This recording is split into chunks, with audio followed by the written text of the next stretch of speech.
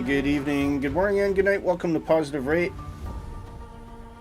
Hope you're having a good Saturday so far.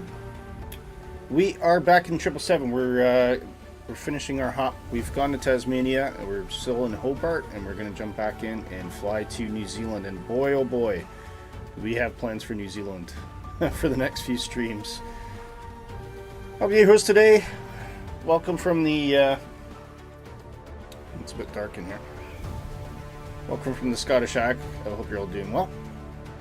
I can see Nighthawk on the tarmac there, and we've got, there's looks like a helicopter sitting over there. Oh, Krillo! Well, big welcome to you if you're watching the stream. You could just be here randomly, but that's all good. Look at the surroundings of Hobart. I think, you know, once we finish around the world, we're skipping Tasmania right now, but wow, it just looks so amazing. The music really fits as well, doesn't it? Morning, everyone, says Nighthawk, and Lena says morning to you, evening here. Yes, it is. Yes, on the other side of the old world there. Anyway, we've got everything pretty much set up. I'll take you through the route in just a moment. In fact, that moment will be right now. So, we are taking the Lavip 1 departure runway, I think, is it runway 12? Runway 12, yeah. Departing from Hobart, intersecting Ouriba down to Lavip, and then it is straight over. Now, I always think that New Zealand and Australia are, like, really close, right? So, and I mean, just to back it out, there's Australia there, right? You know, I always think they're really close. Like, you know, if you wanted to go from Sydney to Auckland, maybe it was like an hour and a half flight. No, that's a lot further than that. This is about 2.5 hours, I think, roughly. We're going to Christchurch today, so we're going to be crossing over the oceanic waters here, intercepting the Hody 1A arrival, which is pretty much straight in, to Adubu, and that will put us on an ILS arrival into runway 02 at Christchurch International. Luckily, I mean, we have been kind of suffering short runways with the 777. Christchurch runway is huge. It's 10,000 feet on the big runway. So just to see what that looks like. So once we get down to Adubu, 2,000 feet, we got a nice long run here, about 6 miles to intercept the top of the glide scope at DMA 6, and then we'll be dropping down into Christchurch. And yeah, just to show you Christchurch Airport, there we go. Nice long runway there, which is just as well, because if they only had runway 1129, I don't think we'd have much of a chance getting there with 777. But yep, tons of runway to spare, so we should be totally cool with that. Anyway, we'll get things going here. Bring up some noises and all that good stuff.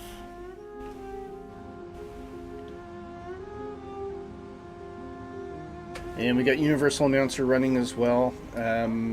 Just had another update, actually. I have not actually done the update, but we'll probably do that soon. Anyway, first things first, we're going to start the APU. I'm going to try and go through the checklist today, just so I can show you what that looks like. I think I've done it before, but anyway, it's all good. So we'll get the APU going, and we'll put the logo, and that tells Universal's Announcer that we're ready to go. Good day, ladies and gentlemen. My name is William. I'll be your first officer for today's flight. On behalf of the captain and myself, welcome you aboard and wish you an enjoyable journey. We're expecting to depart on schedule today, just completing some final checks before we get underway. Our cabin crew will be taking you through the safety briefing shortly after pushback, and they are here to ensure your safety throughout today's flight. At the moment, we're not anticipating any delays arriving at our destination, but we'll keep you updated if that changes, and we hope you enjoy flying with us today. Nighthawk says, I do not have the Hody 1A in your B7 McDo. Have you run any, do you have Navigraph? And have you run a nav update on your 777 yet? That could be the reason. If not, don't worry about it. Just go to Adubu. I'll bring that up again.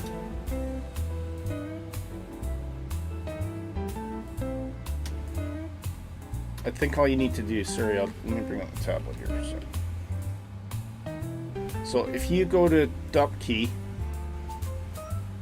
if you want to write these down quickly, Nighthawk, .key, D-O-P-K-I, Hodde, H-O-D-D-E, Idubu, I-D-U-B-U, and Idubu is on the localizer path right into Christchurch, so that'll set you up for the runway 02 approach. Hopefully that helps. So if you don't have that, don't worry about it. Just pick runway 2. Just need to add those waypoints in. Top key, Hodde, Idubu, and you can always do this in flight as well if you're under pressure. Right. Okay. Looks like everything's on, so we can take off that ground power, and we can release that. Oh, not that. I don't want that. No, go away. Release the ground power, and we'll set brakes here. Brakes are set. Move those wheel chocks for us, please. And I think we'll get the beacon on because we're about to start. Good day, ladies and gentlemen. My name is William. I'll be your first officer for today's flight. Yeah, it On behalf repeats of the every captain 5 and myself, minutes. welcome you aboard and wish you an enjoyable journey. We're expecting the departure schedule today, just completing some final checks before we get... Oh, it cut off. Okay. Maybe it knew I was... because I put the seatbelt signs on, maybe. I don't know. Cool. All right.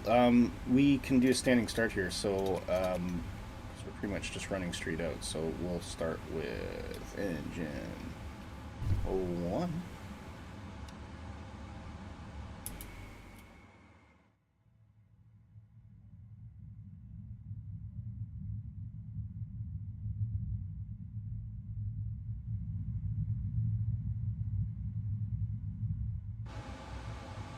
Waiting that for it hit 10% O2. Go back to our engine page here. 10% N2, and we can put that fuel on.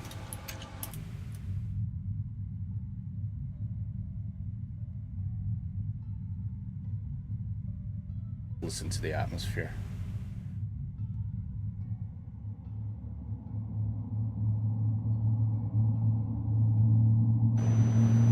Cabin crew, please arm the doors for departure. Ooh.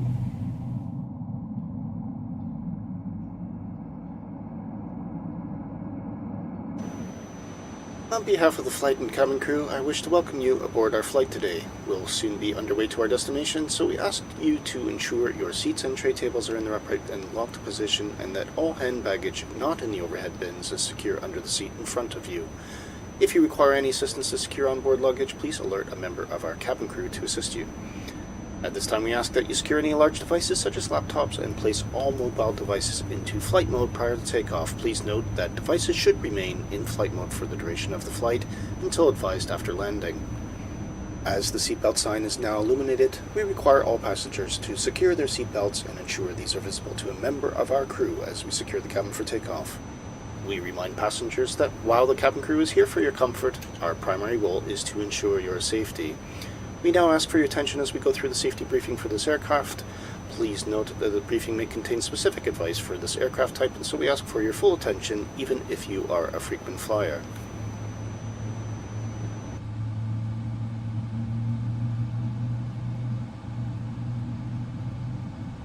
Welcome aboard.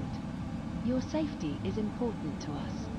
Our cabin crew will now take you through the various safety features on this aircraft, which is also outlined in the safety card in the seat pocket in front of you. Please take time to study this card in the event of an emergency. Seat belts must be fastened at all times during takeoff and landing. Fasten your seat belt by inserting the clip into the buckle as shown, and tighten until snug around your waist. To release, simply lift the flap on the buckle like this. Do not remove your belt until the seatbelt sign is off. It is also recommended to keep your seatbelt fastened at all times while seated on the airplane. There are several emergency exits available on this aircraft, which the crew will now direct your attention to. Please locate the emergency exit closest to you. Take note that your closest exit may be behind you. formation, oxygen masks will drop above you. Pull the mask down towards you to start the oxygen. Place the mask on your face and tighten the straps as shown. Ensure that your own mask is securely fastened before assisting young children or vulnerable adults. Taxi light. Should the aircraft need to be evacuated, emergency lighting along the aisle will guide you to the closest exit. Remove all shoes before exiting the aircraft. Do not take any personal belongings.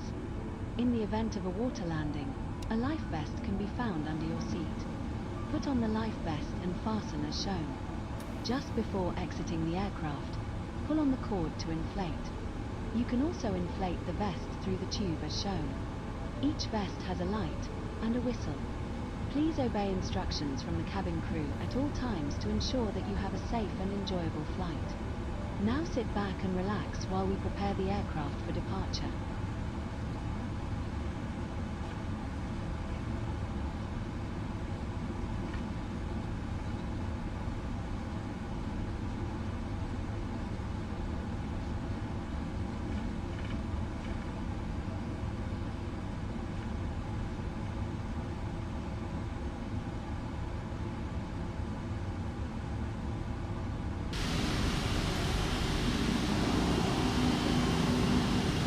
Okay. So this will be a backtrack, so we have to basically go out to the runway and then head out, I think. Just that runway chart there. Right, there is an alpha. I think we need to go that way, don't we? Put out to alpha and then follow this all the way along.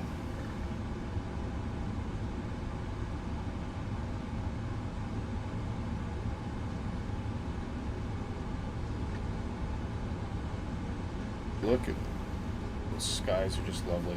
It was kind of cool because I had it set for sunrise as I was coming up, and as the sun was coming up, it was just amazing to see.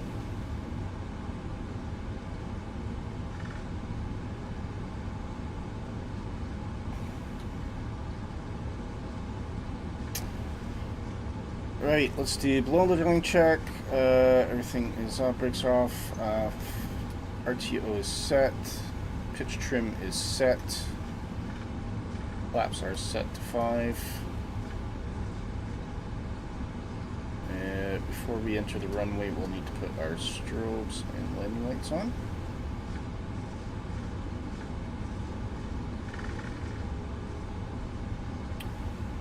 And I don't see anything coming in, so we'll just go straight into that taxi. Backtrack.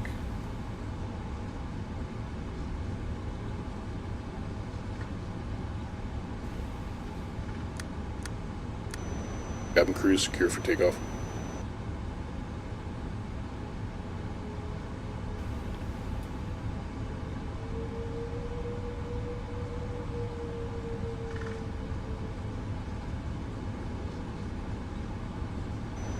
Cabin secured for takeoff.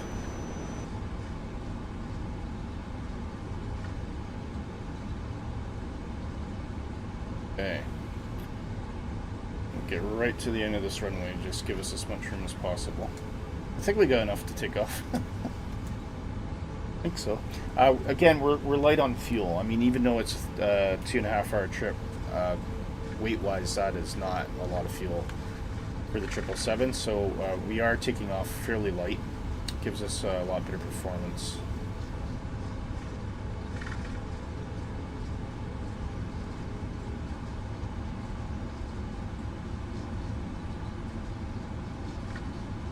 No wide bodies come to Hobart. No, they wouldn't. And why would they? Because they'd be coming internationally, I suppose. I imagine they do to Christchurch, though.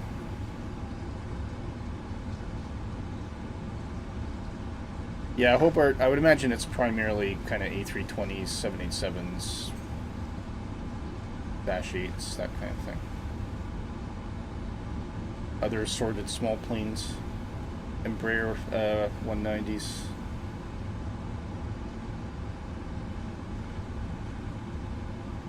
And I can see Nighthawks taxiing out there.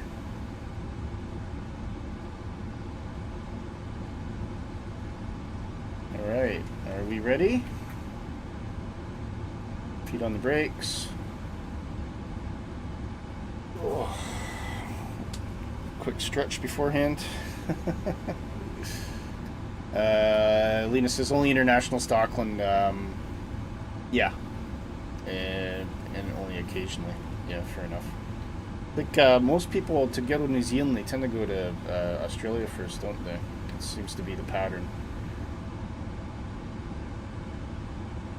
Alright. Mrs. Tippy, good morning to you. Lots of pink wavy hands there. Okay. Stable Togo.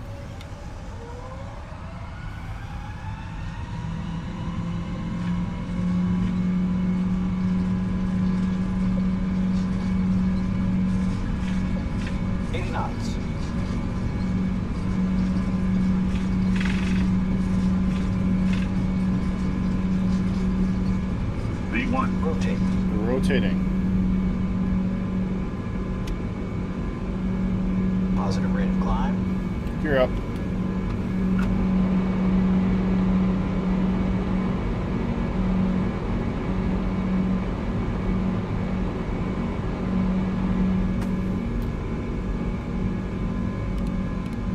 Pilot. Departure. Airplane has control.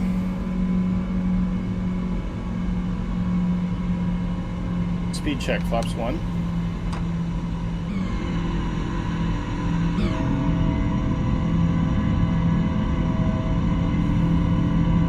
Well, you slept in a little, did you?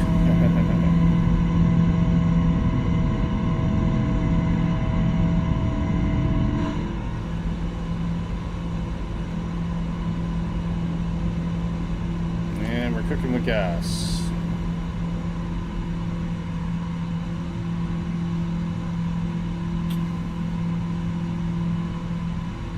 Don't know if we have any restrictions.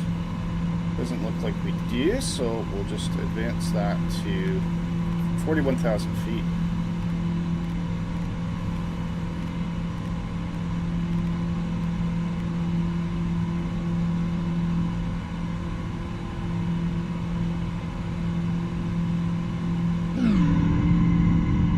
And wave bye-bye. Bye-bye, Tasmania. All those rotten devils.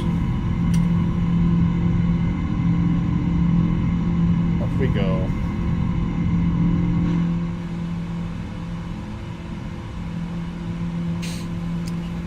Should get an announcement shortly, I would think.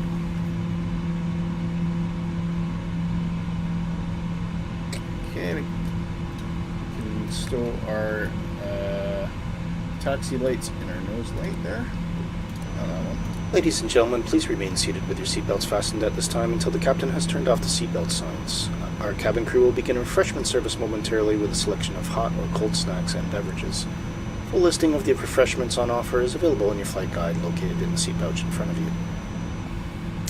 Mrs. Tippy says, once I get up and make a coffee, I'll turn on my sim and join you. Fantastic. It'll have to be something wickedly fast. Do you have anything like that in your inventory? Ooh, look at the cloud. Oh, right, any ice? And where's that any ice again? Oh, it's on auto anyway, that's fine. Oh, there's so much this airplane does automatically, it's crazy.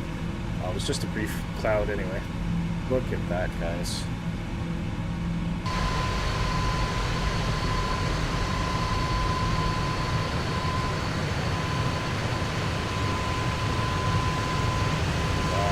Look at that.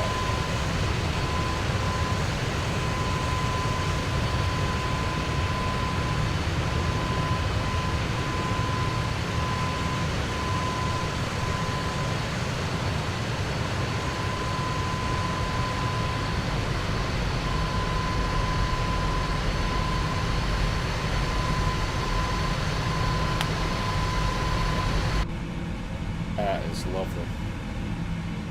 That sun just coming off the... Oh, it's just like something out of a dream, isn't it? A screenshot of that.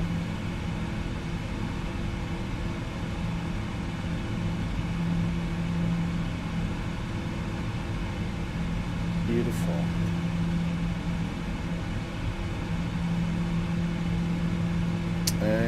Standard pressure.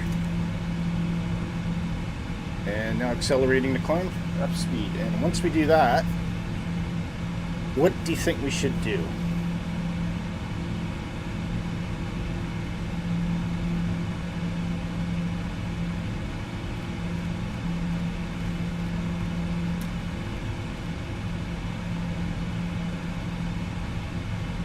Lena, you nailed it. Coffee time.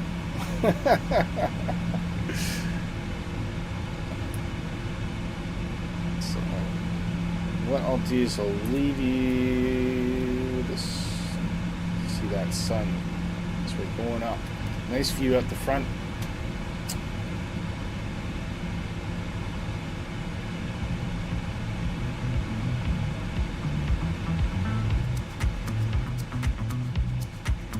And I'm going to grab coffee myself.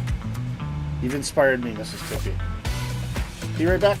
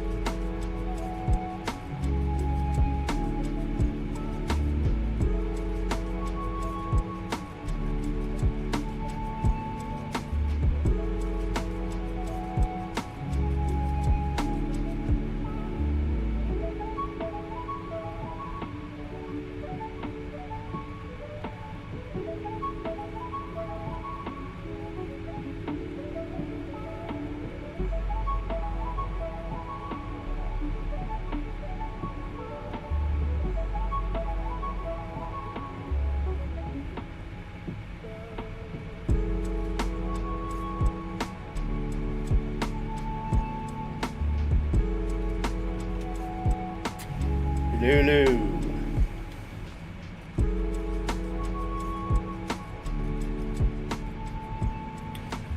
There we go. How we doing?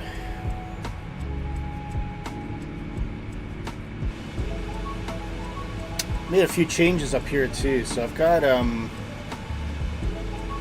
made some adjustments. My aircraft type was coming in properly, so I've now replaced this with nautical miles remaining, which I thought nice little indicator there, just to give people an idea how far we are away. Top of climb is still a ways off, it's passing 30,000 feet. Should have had those landing lights off. And you know what? Let's release the passengers. And load them.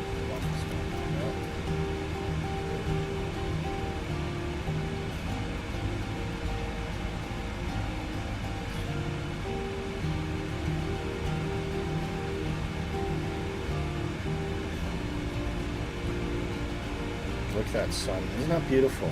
Must be some flight, I'll tell you.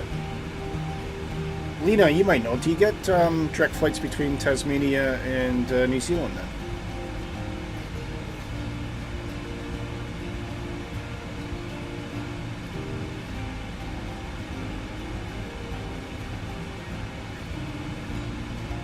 Let's close that window and see if I can get the camera to brighten a bit here.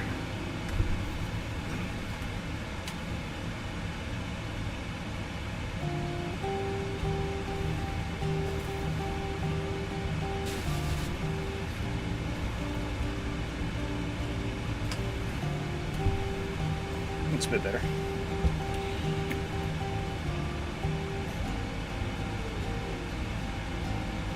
One day I'll have one of those fancy setups like two-tone Murphy with lots of lights and lasers and cats running around the ceiling and all that kind of thing.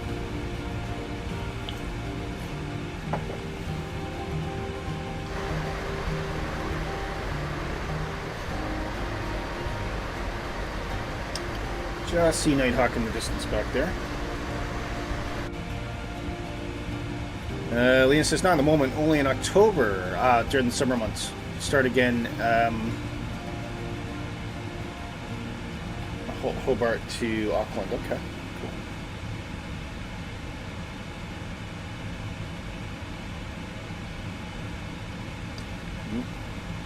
Getting a little bit bouncy here.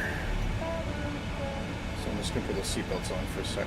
Sorry guys, just told you you could get up. And Ladies and gentlemen, at this time the captain has turned on the seatbelt signs, and we ask all passengers to return to your seats and fasten your seatbelts until the seatbelt signs are extinguished. Thank you. Better safe than sorry. Definitely a little bit of turbulence here.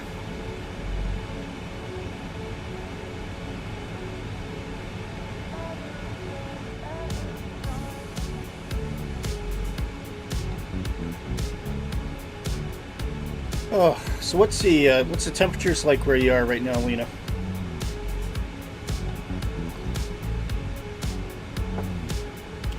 I realize you're kind of in the throngs of southern hemisphere winter.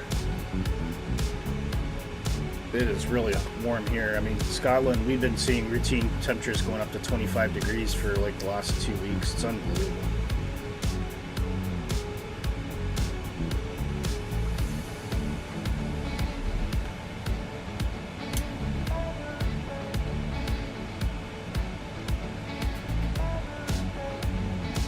See any land down there at all? No, I think it's just pure water, isn't it now? 12 Celsius in Sydney now. Okay. It's still wintry and rainy some days. Yeah, it does really drop in the winter, doesn't it? Click the pen for good luck.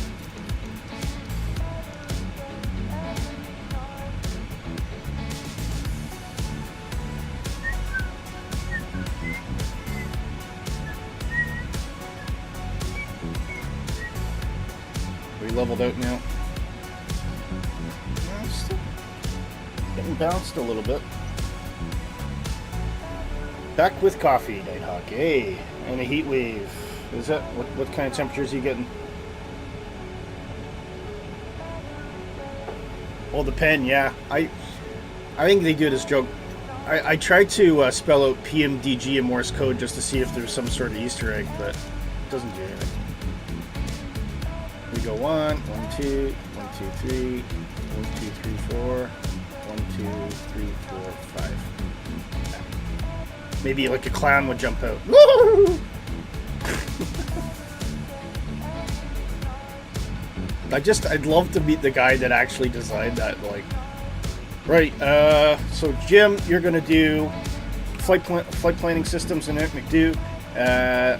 Tony, you're gonna work on the MCP and also the engine control. Dan, we want you to do a pen. And Dan would be like, what? A pen? Yeah, a pen. Like, you know, like a pen that you write with, sits in the pocket. And I could just see Dan's face like, okay. Does it need to do anything?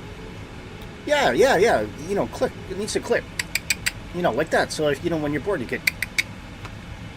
Yeah, I can imagine that was a slow work day. It's going up to 35 degrees Celsius. Wow. Okay. It's only going up to 35. Oh my god. That's horrible. It's funny, I watch CHCH News on YouTube, and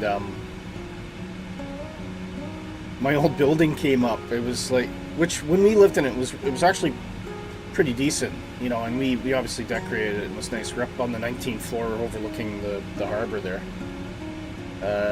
Because we used to live in Corktown in Hamilton, which is right downtown. And that came up on the news yesterday that it was bought over by some company, management company, and the whole place is like completely infested with cockroaches now, and homeless people are like sneaking in and nobody's doing anything about it, and cars are being vandalized. I'm like, oh my god. And for a 2-bedroom apartment, we were in a 3-bedroom, so we were paying at the time, this is many years ago, about $700 a month for a two-bedroom apartment now, and that building is $2,400 a month. That is unbelievable, and it's infested with cockroaches and homeless people. Unbelievable.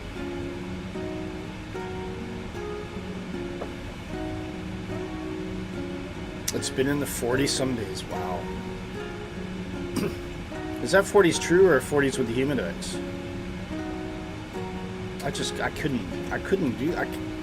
I just couldn't do it. Honest to God, I'm happy to be where I am at the moment.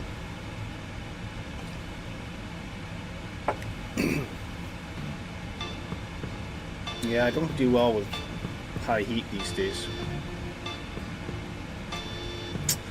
Alright, put Snoopy in the doghouse, and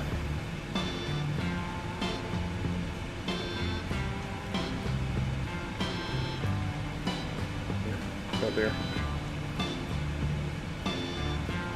Then we got an awesome tailwind here, 24 knots, that's cool. Ground speed 508, woo! Rock and roll. Rock and roll. How many miles we got left? 967. We are flying. That's with the humidex, okay. Yeah. I was going to say if it was 40 true, oh my god.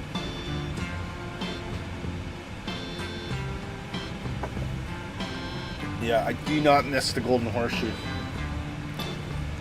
I mean, when it's nice weather, pleasant weather, it's such a beautiful place to be. There's so much to do there, but when the humidity ranks up like that, oh wow.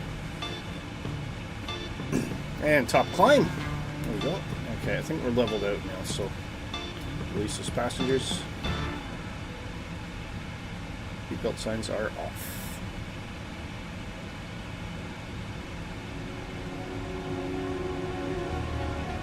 Should see those engines spool down a wee bit.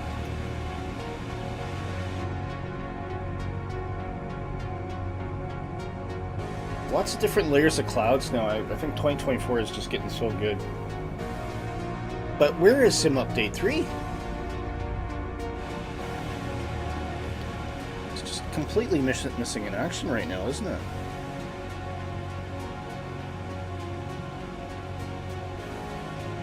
Okay, I think we'll do some newsy stews.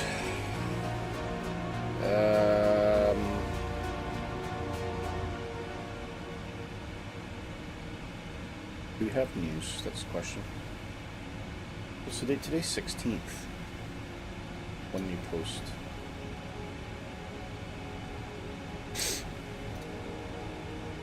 Oh, no news. Okay. Oh, no, there is. There we go.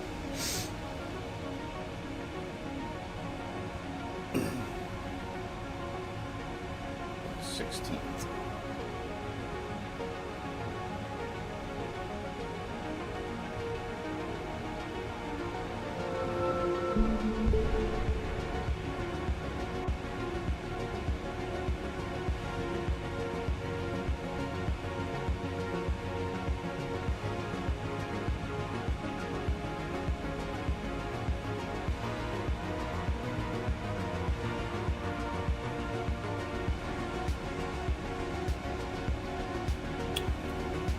This seems old.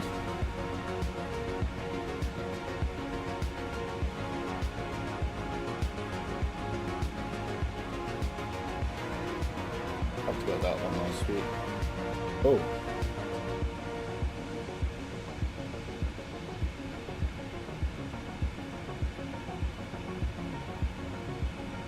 Okay. Okay.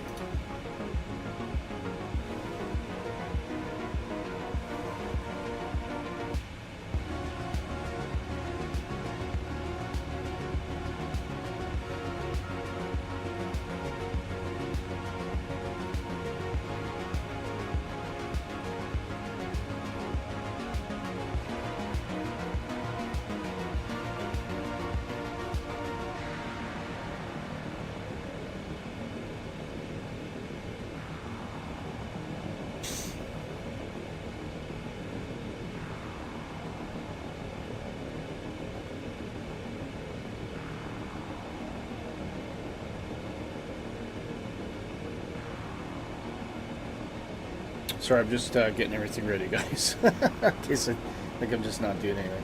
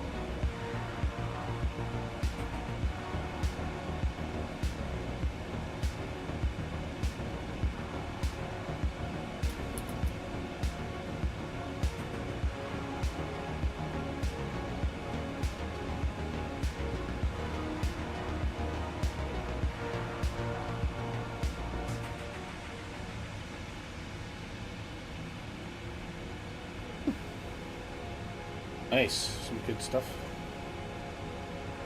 Huge thank you to Nighthawk. I could not produce the news content week on week without his help.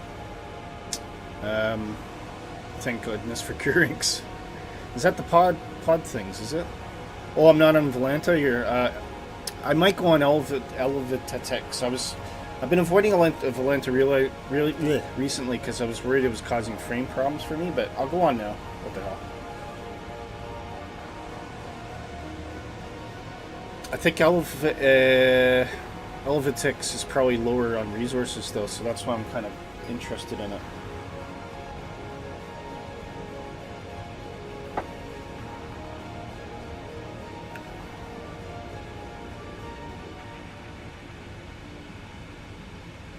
Oh, get lost.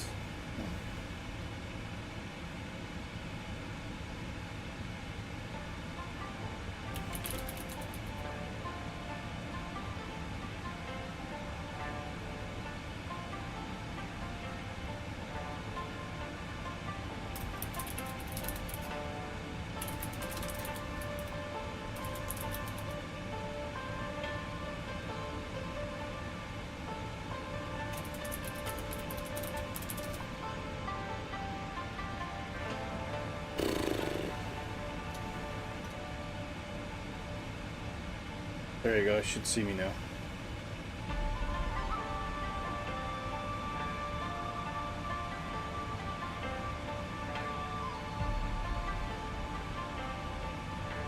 Okay. Should we do any news, guys? Let's get into the news. Let's go.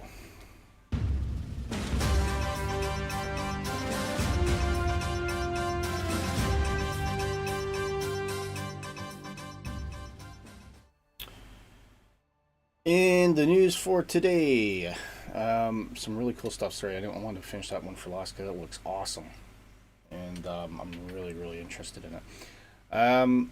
Canuck has released the classic B55 for Flight Simulator.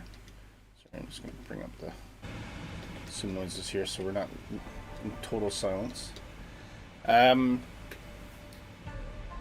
It's getting mixed reviews. It looks really good. It's one of the first add-ons for Canuck to use the new Real Experience, whatever that is. I think it's some sort of underlying code base that he's now using. It looks amazing. I'll say that. It looks awesome. Some pilots have kind of gotten into it and really started to scrutinize it. There's things they're calling out which are fair. I mean, things like the fuel flow not showing anything happening when you put on fuel pumps and stuff like that. But visually, it's wow, absolutely amazing. And I think in terms of, you look at the texture detailing and stuff like that, Canuck's really come up a hell of a lot. So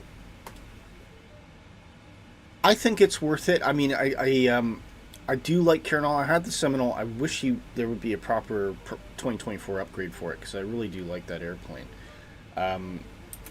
It's not the best of breed, but you know, it's starting to get better.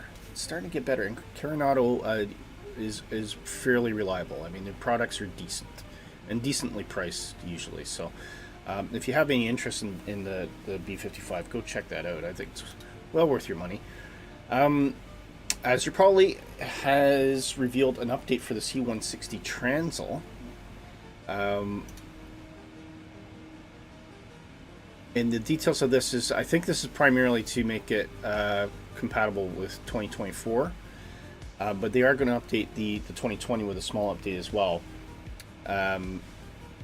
Pricing and details, the 2020 version will use it's a new audio update, I think that's one of the primary features.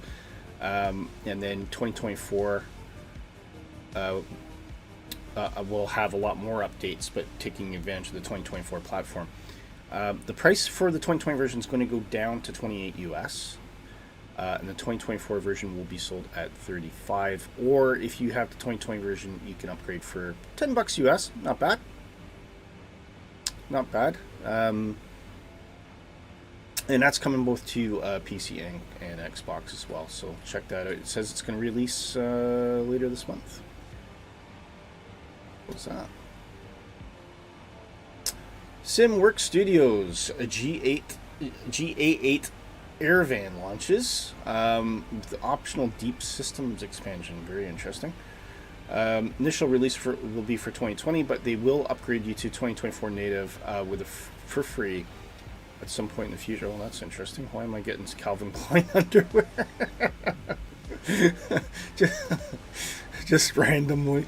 And no, I don't look for this online myself, in case you think it's tracking. I don't have any tracking on. So, but it looks cool. I think there's a lot of heritage in this plane too. It's one of your short takeoff and landing, bush planes, short runways, that kind of thing. It's a very stumpy looking thing too, and I like the cargo doors underneath there. The system, oh, here we go. The system's pulse module simulates over 70 possible faults, from electrical failures, engine wear, progressive dirt buildup. That's pretty cool. So that, you know, that's kind of approaching some of the things you see in Black Square, which is really neat. Base editions are already compatible with 2024, but they are going to produce a 2024 native version. So yeah, if you want this for 2020 and 2024, you can grab it now. And look forward to 2024 version getting even better. So it looks pretty good. I wish them all the best. Oh, I love that. Look at that. Very cool. Release plans. What did they say? Late August. Late August. That's when we're looking for. So yeah, cool. Universal Announcer. This is great news. Of course, we're debuting a Universal Announcer today. You've seen it for the last 2 streams. It's the newest version, and there's actually a version even newer out. It's really starting to stabilize and just work absolutely immaculately. It's such a good tool. I have also reached out to the author. I think it's Fearless Frog. Fearless Frog and I are having a chat behind the scenes now. And I haven't mentioned it to him, but I'm going to approach him about. I want to promote him because it's a free product. I think it's fantastic. It's something that it really really touches my soul, if you know what I mean, in terms of add-ons. It's that immersion factor, and the fact that he's done this tool for free. I don't think it'll be free forever. Or he may do like a payware version, but I got some ideas for improvements. I reached out to him, and he was like, "Yeah, totally up for that. And if you want to have a conversation at some point." So yeah, he sounds like talking with him, he just seems like a nice guy. And you know what? I am actually going to do the first thing ever on FlightSim.t. I'm going to buy him a coffee or 2 because he really deserves it. So if you're trying Universal Announcer and you're enjoying it, please do support Fearless Frog. I think it's fantastic. It's getting better and better. He's regular updates, like every week. He's cranking out a new version. I can see more functionality as well coming into it, which I talked about last week. So, but what he's doing now. So part of the I think confusion for some people, and he has a great community on Discord, by the way. So if you download it, it doesn't come with any announcement packs. It does work if you have the Phoenix ones. You can copy those over. Or point it, I think you point it to the Phoenix folder. But if you don't, it doesn't have any audio files. Obviously, there's copyright things concerned with. But he's got a community where people are just cramming in airline-specific announcement packs now. I don't know what the quality's like. Is it to my level of quality? I doubt it. Because it depends how much sound engineering they put into it, I suppose. But the community is massive, well-supported. Tons of free packs that you can download. I'm sure there'll be a lot of diversity in it as well, and people all over the world making them, so you'll get different accents as well, which is neat. And it works with GSX Pro as well, which is probably useful for some people. So I'm trying to find it, but it was mentioning it mentioned that they're looking at bringing AI announcements into it, so it'll just generate automatically. Did I miss that somewhere?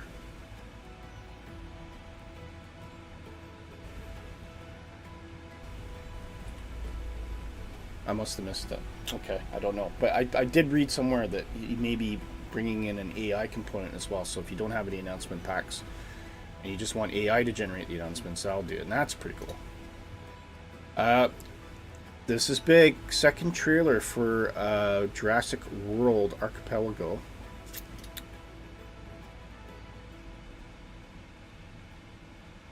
It looks really exciting. And yes, you're going to see dinosaurs. And I'm going to put this video up. Hopefully we can see some in this. But hey, definitely a helicopter place to play around. This will be right up your alley, Mrs. Tippy. You're a pretty big helicopter fan, aren't you?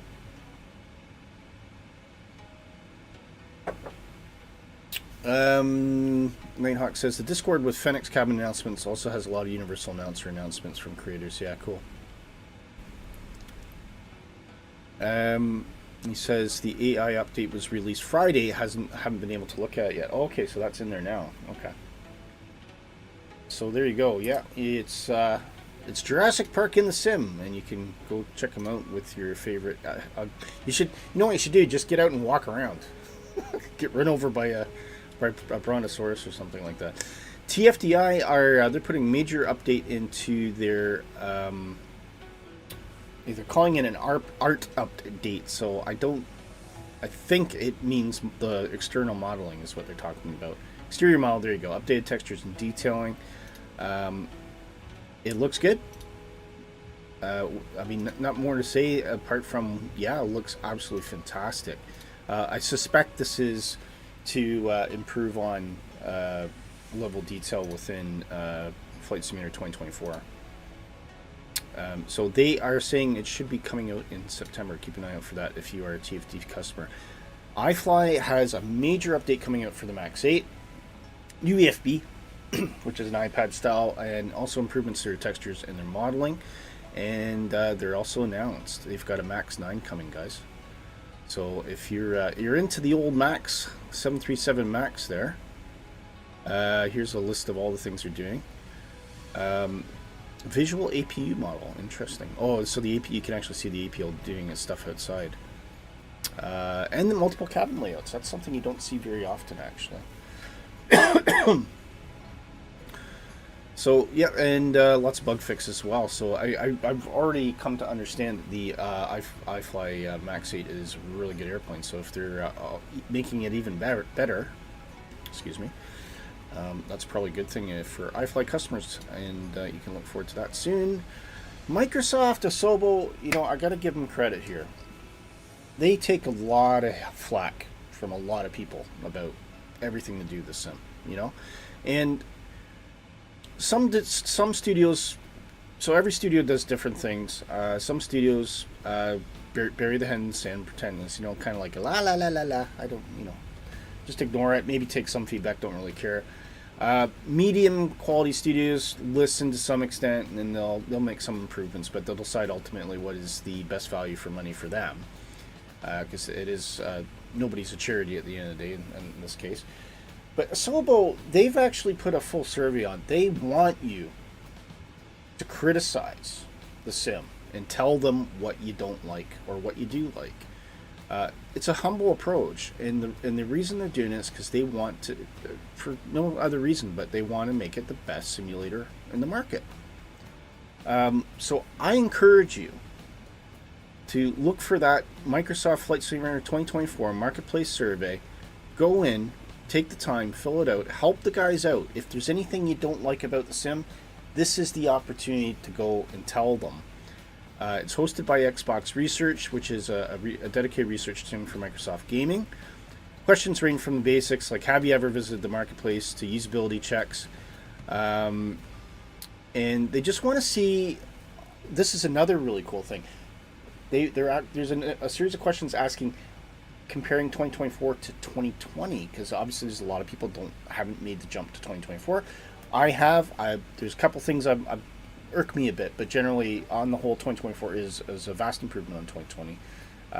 So that's why I'm now dedicated to 2024 for the streams. But you know, there's some things that are problematic. I know Sim Update 3 is going to fix it. The fact that everything is streamed, especially the aircraft, really annoys me, because that doesn't always work properly. And I don't have I have an okay internet connection, but not like a pure fiber 1000 megabit type thing. So if I'm trying to stream an aircraft and scenery and everything else, you know, it struggles, and sometimes the aircraft gets really buggy and things don't work, and that's why I don't use the default aircraft, and I don't have any other choice. Now I know that they're going to change that, which is great. What they're trying to reduce the footprint on people's machines, and I think certainly for Xbox owners, you know, that could have been a good or bad thing depending, but you know, Xbox, you install Microsoft Flight Simulator 2020, that's pretty much, and a few add-ons, that's your whole SSD pretty much full. You know, you almost need to go out and buy one of their ridiculously overpriced SSD expansion cards just to accommodate Flight Simulator on a console, and that's not really fair, is it? So I understand why they did things with 2024 they did. but they didn't give us the option to start. And I imagine that's where a lot of the pain lies with most people, because it certainly lies with me. I know they're working to fix it, but there's probably other things, you know, and people will have their own ideas about what they don't like or don't like, and SOPA wants to know about it.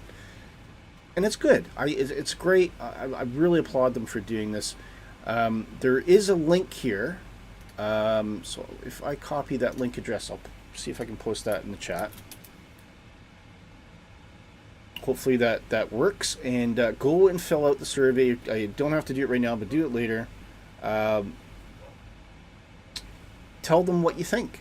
Take the time. Take the time. Give them the information they need to improve Flight Simulator, which I think is still, despite its woes, a wonderful product.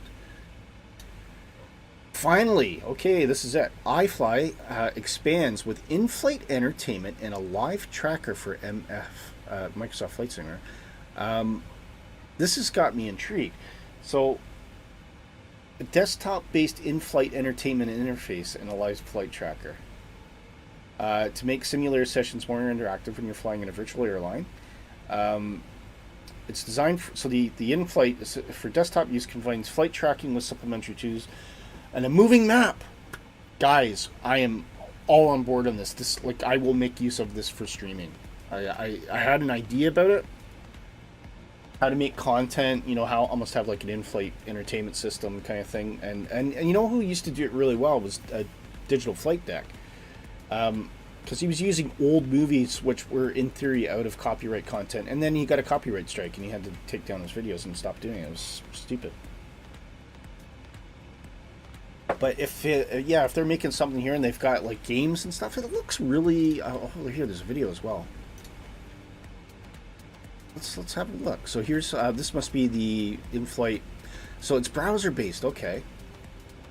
I mean, this is cool. This is cool because I want to have a moving map, but there's different ways I can go. But it's all about having something that's nice and efficient.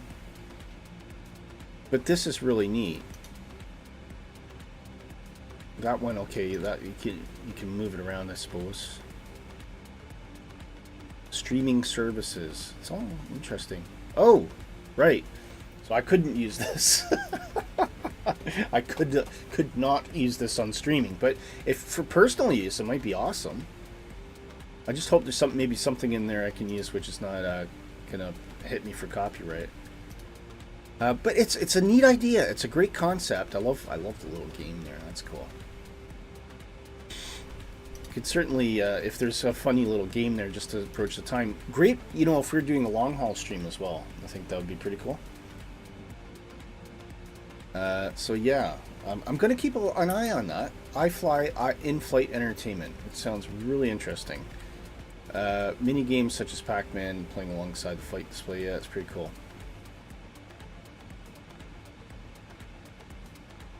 Yeah, there you go. Anyway, that's the news today, guys. I hope you enjoyed it, and we'll get back to our regularly scheduled program as soon as I can find out where my thing is. There it is. Okay.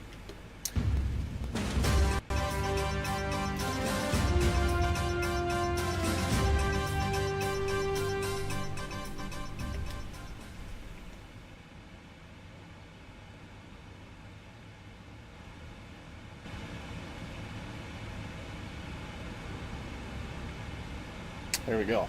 Okay. Top of descent. Is it anywhere near us yet? No. We got 754 miles to go as well. Wow, not even halfway, guys. It's going to be a long one.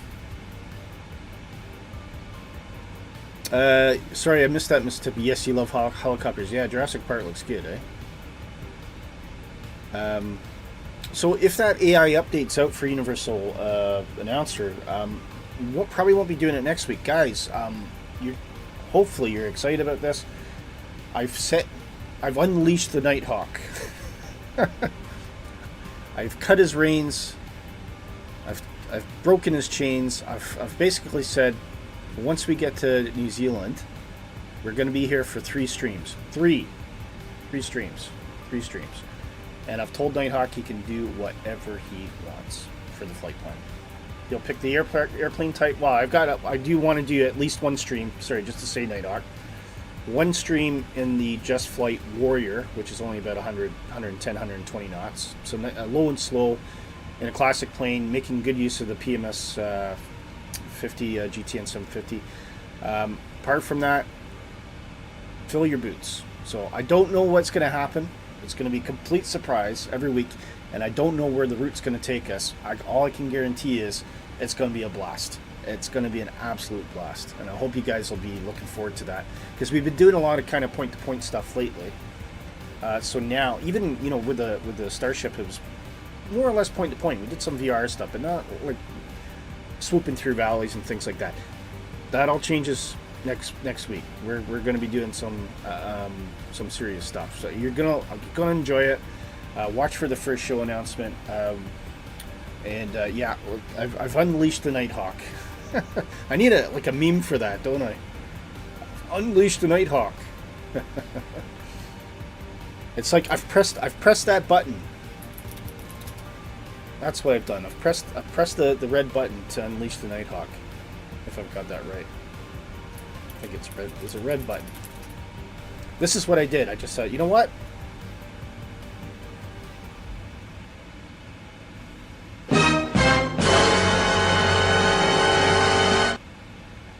Boop. Nighthawk. Go. There we go. Activate Nighthawk. Oh, I'm gonna create a meme for that. I am going to create a meme for that. Activate Nighthawk. I could do it even when he takes off. I'll just have one called Activating Nighthawk. I can make it myself. I just need to find a good GIF for it.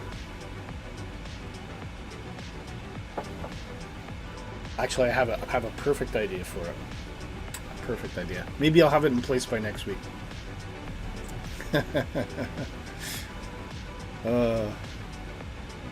Lita, yep, the button. Press the button.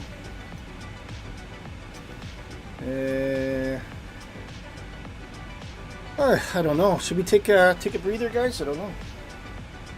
That news just took it right out of me. That's it. Stream over. Oh, wait. Where am I? Oh. What do you mean 725 miles to go? Oh. Dad, are we there yet? Okay.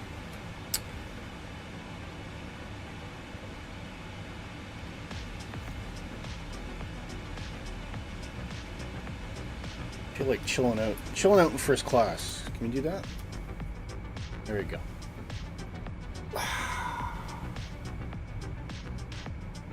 That's better.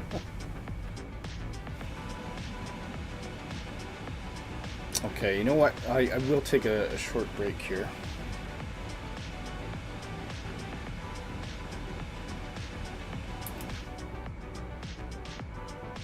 Oh, there's Mississippi behind. And Nighthawk as well.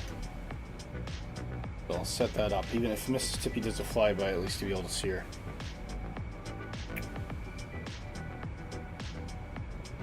Okay, be right back, guys.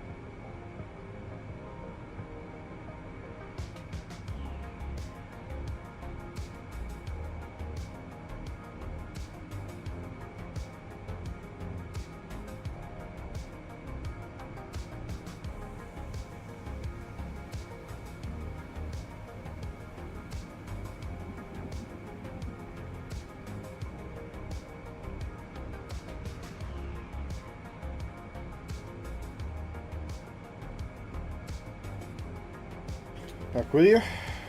Back.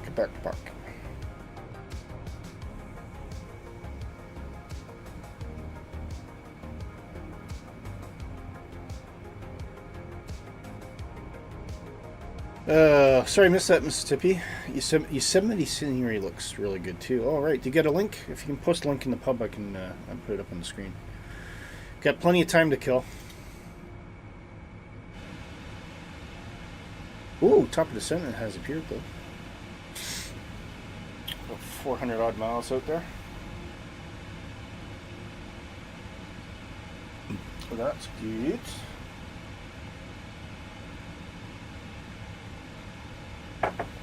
Let's do some checklisty stuff.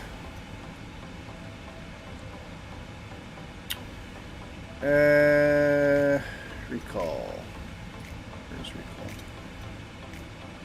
Nothing on recall. Notes. Okay.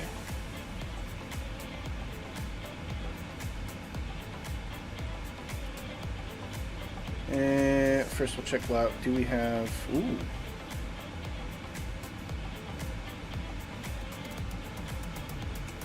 LS.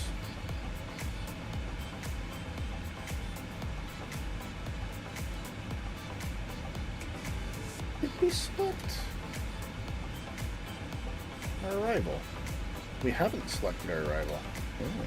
Oh. No, it is ILSO2. Okay. That's interesting. Why is ILS Park? Or is it because it only tunes it in towards the end? I don't know. Right, let's look at our briefing. So, the Hobart approach. So, we're going to be above 16,000, above 15,000 at Doven. Oh no, we're not coming in that way, are we?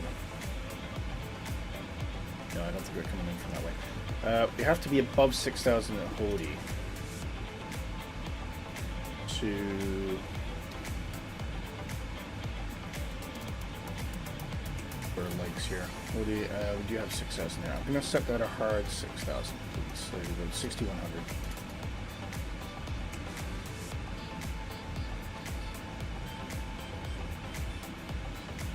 Recalculate. Yeah, it's going to drop our descent a little bit. Don't want to get caught out like we did last week. Okay, everything seems to be in there. That's all right. So we'll go slash 4,100.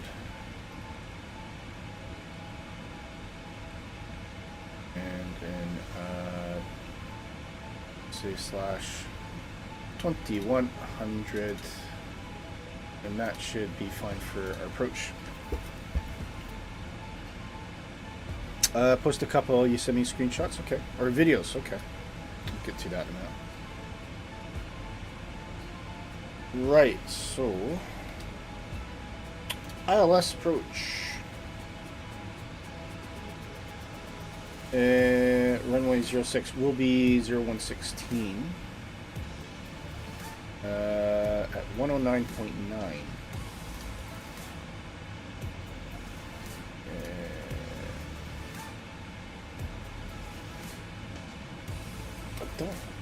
I can't remember. I think it does it automatically, but I'm not sure.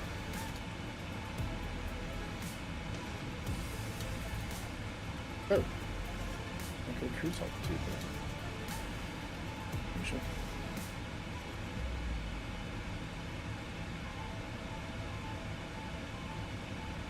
Oh, it doesn't matter. What are you doing? Just ignore it. Stop getting distracted. Okay. Alright, let's put a fix in anyway. Legs. Runway 02.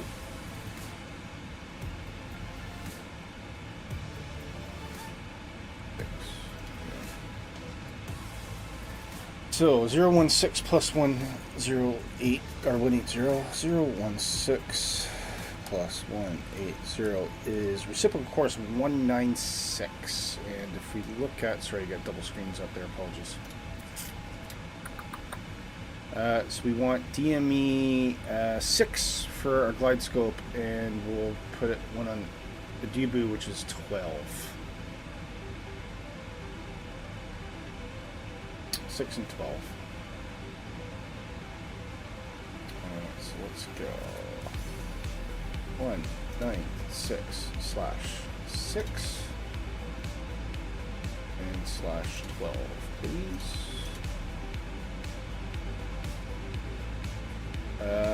And if we go to our plan page, bring that down a bit.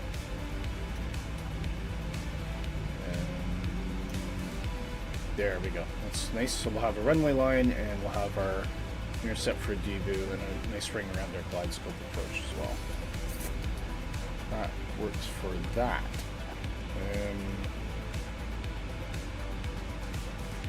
Approach speeds. We can go to performance.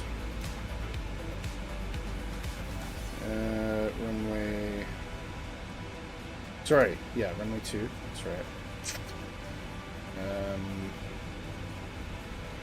Flap config 30. Let's go 2.5. We got 10,000 feet to play with. So it calls for 150 knots, so that'll be a bit quick.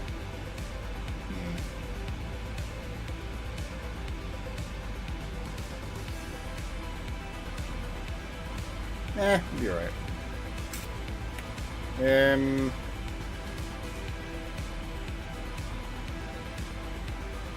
That says 15 as opposed to 16. That's interesting.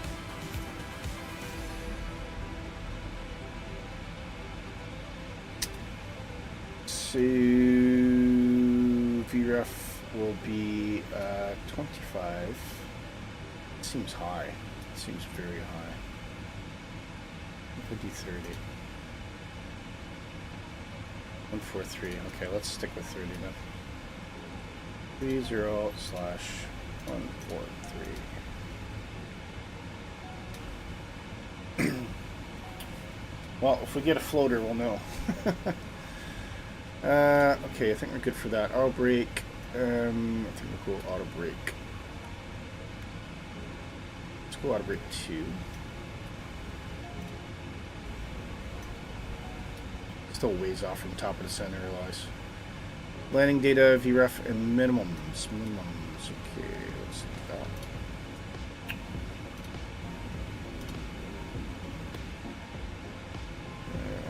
Minimums are...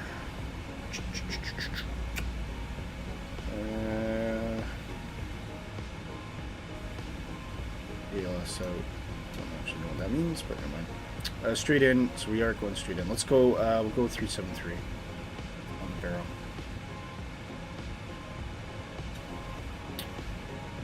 And so let's get that team in. I'm just changing down here.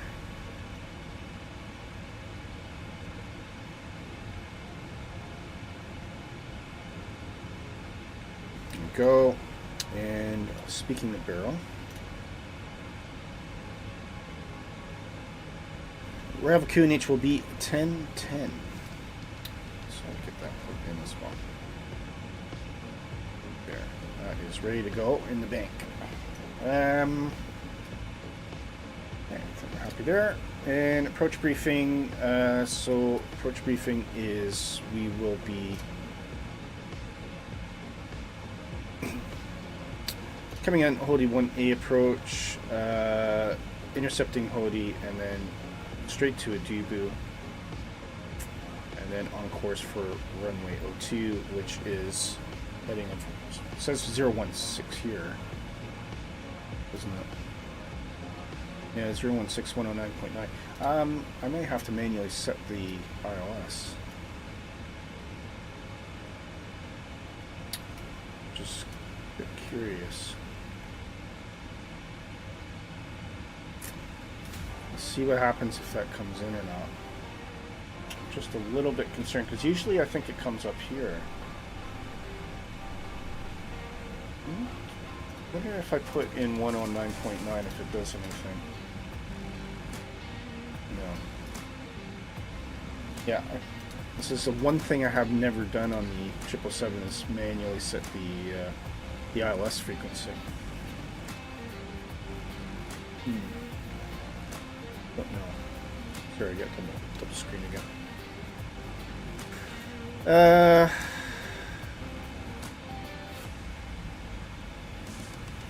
Okay.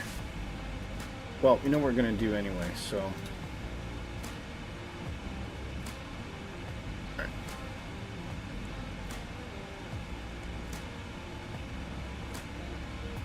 All good.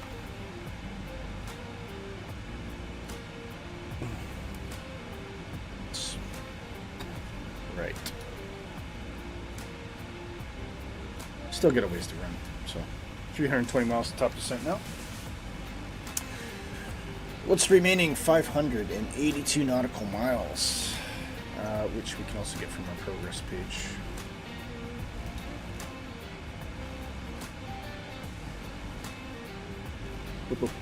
Progress. What does that say? Yep, 582. Cool.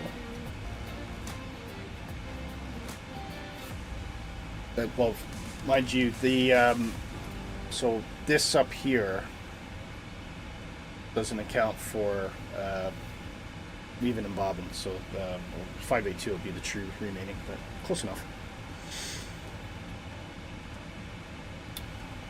Right. Okay, let's go look at some stuff. What do we got here?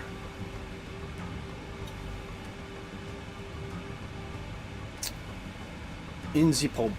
Oh, we got some screenshots too, so we'll put those up. Ah.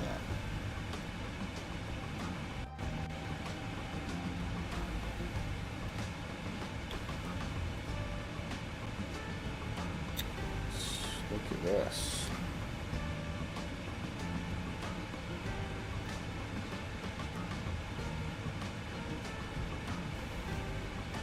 Wow. The water. Holy moly. Who's doing that scenery then? Captain Kenobi.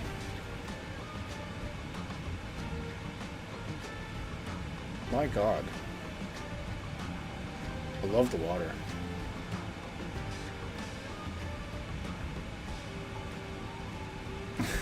That's pretty cool.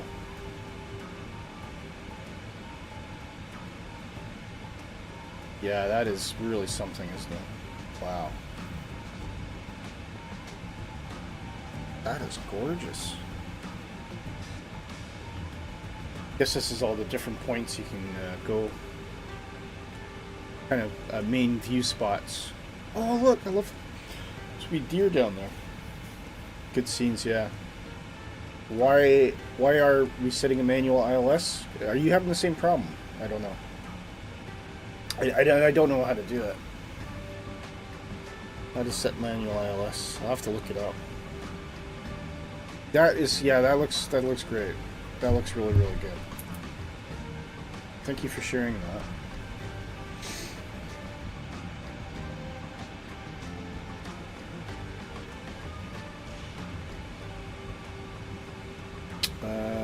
Get some screenshots here too. Oh, you're using an Air Canada delivery today. Nighthawk.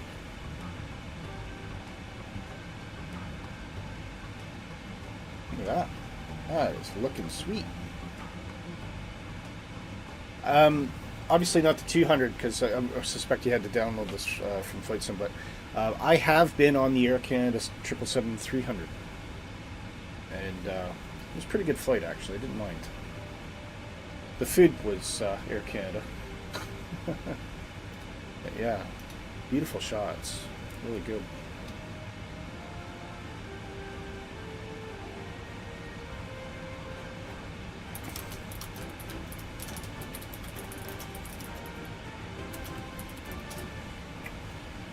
What Googly says, enter the ILS frequency and course in the NavRed page of the FMC. Okay.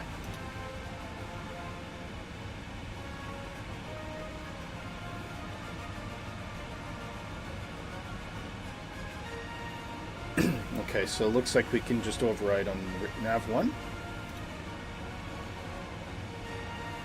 But I don't know if this is going to work. Oh, no, wait, it's come in. It has come in. It must be a timing thing then. Or maybe it only does it when you put in the approach information. Could be that. No worries, all sorted. Star DOK. All automatic? Yeah, fair enough. All good. Panic over. That's fine. So that's probably how we had to punch it in then. Actually, let's look at that again, because I probably didn't put it in correctly. I probably could have overridden it. It's fine. It's fine. Okay. We're good. We're good. Are you good? We're good. I'm good. I'm alright. Perfect for heli flying, yeah. Yosemite? Yosemite. Yes, it would be. Definitely.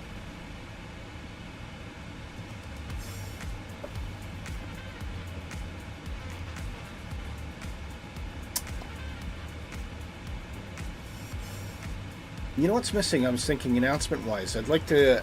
What's the one I was going to bring up with Fearless Frog? I'd like to add in a one for when you hit your cruise alt. So if you can set your cruise altitude in the tool, or maybe if it levels off for like 5 minutes, it does like a meal service announcement. That'd be good. And then once you start your descent, the minute you start your descent, so once the plane starts descending and it gets 1,000 feet below, you get an announcement for duty free. I think that'd be pretty cool. Probably arrange the destination before the auto ILS picks up. Yeah, I think you're probably right. I wonder if it was that or if it kicked in once I confirmed my approach information here.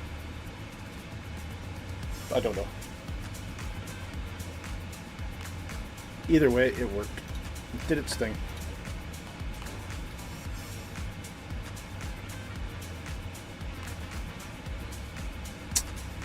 Well, we're getting closer now.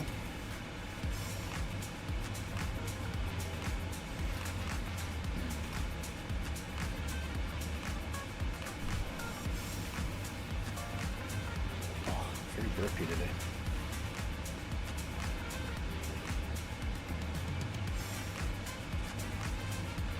P6, guys.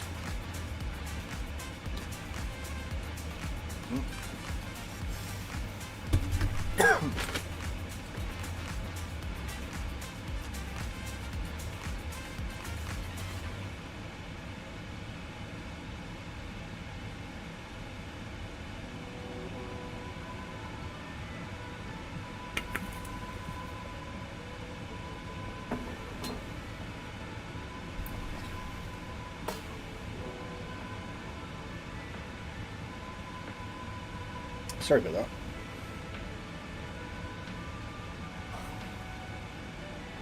that. Well, let's look, get a nice wing view here. Nope, it's not going to see much. It's all clouded over now. Wow, those clouds are high, eh? Very, very high. Oh. Right, what can we talk about? Anybody got anything exciting they want to share? Trying to think of some random things I've been looking at. So recently I don't have I have an Xbox Series X because I've got Game Pass Ultimate, which the kids use quite a lot too.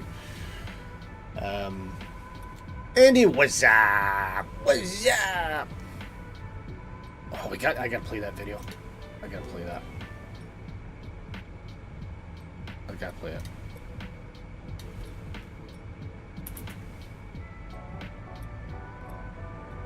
I'll play my favorite one. Wasabi.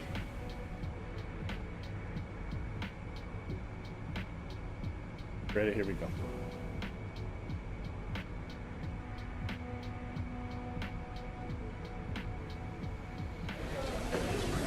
Here you are sushi and wasabi. Wasabi. Yeah, wasabi. Wasabi. Wasabi! Wasabi. Wasabi! Wasabi. Wasabi! Wasabi!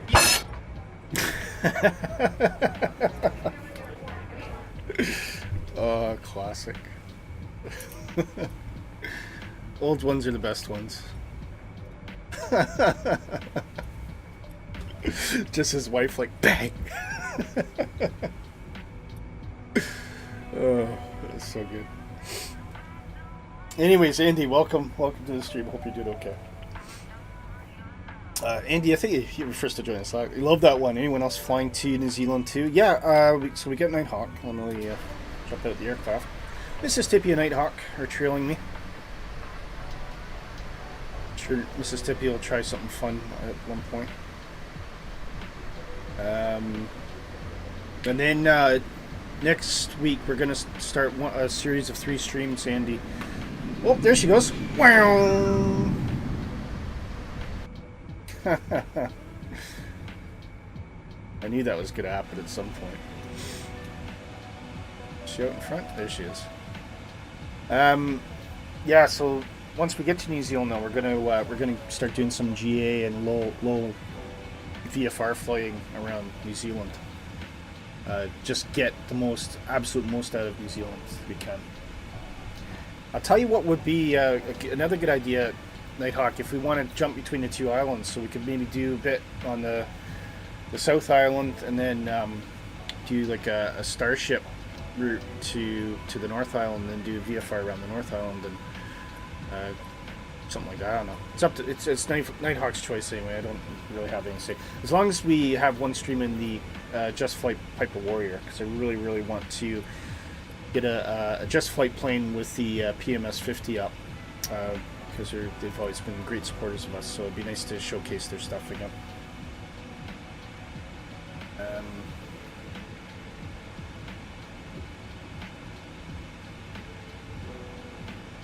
Oh, top descent's only 320 miles away. Woo. Only. That's, I mean, 320 miles is probably some of our flights. Yeah, this is a long haul. A long haul. What's our ETA anyway? 12:20. So we are an hour away. That's not bad, actually. That's pretty quick, to be fair. So that says 23:59. Yeah, I think Fly Live Studios being a bit ambitious there. Mind you, that's 23:59. Oh no, I'm looking at the wrong thing, because that's the internal clock. So that's yeah. So it'd be just about an hour, because I've currently got 22:5100 in the sim. So I'm easily confused. Okay.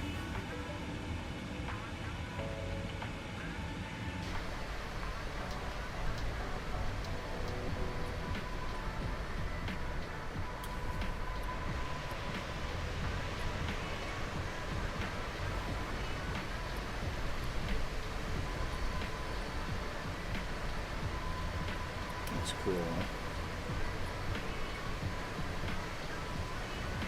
How long till we arrive? That's a good question. About an hour. About an hour, Andy.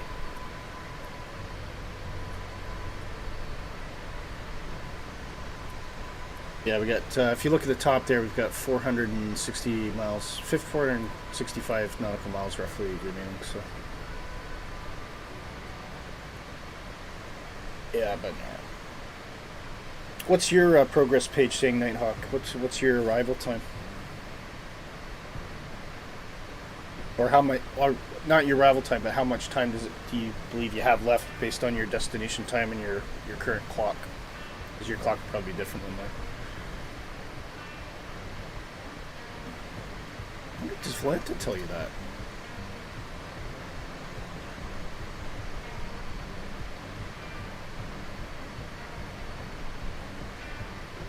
Oh, it does.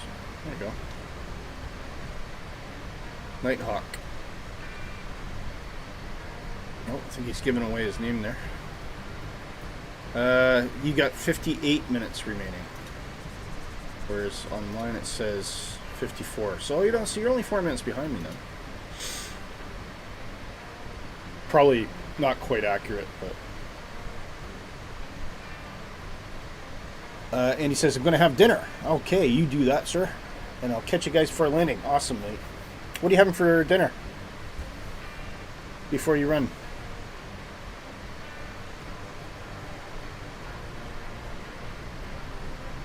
Ooh, there's people. Big flex. Cool. Big flex. Oh, funny. Cool. Steak and asparagus. That sounds really good. You go and enjoy that, sir. We'll see you on Monday.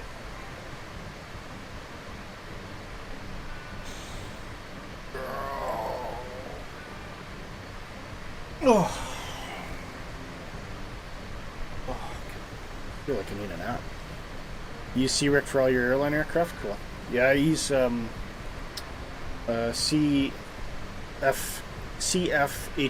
So CF is, which is kind of a common prefix. And just HAM for Hamilton, because that's where I'm from. Hardly original. Hardly original. Big thing, I'll tell you, I do want to share something if we got time.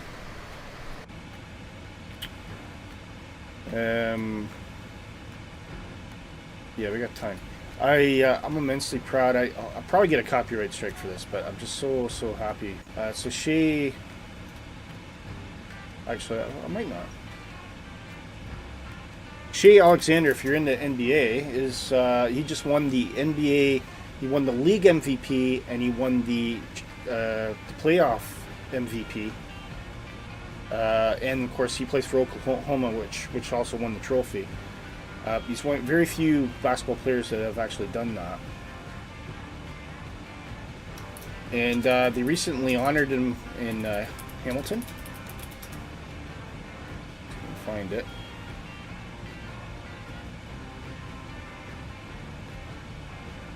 So you got a big welcome home.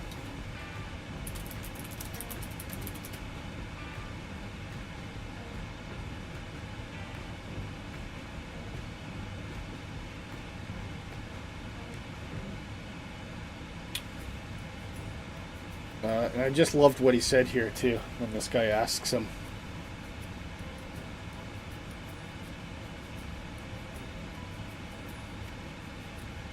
You are at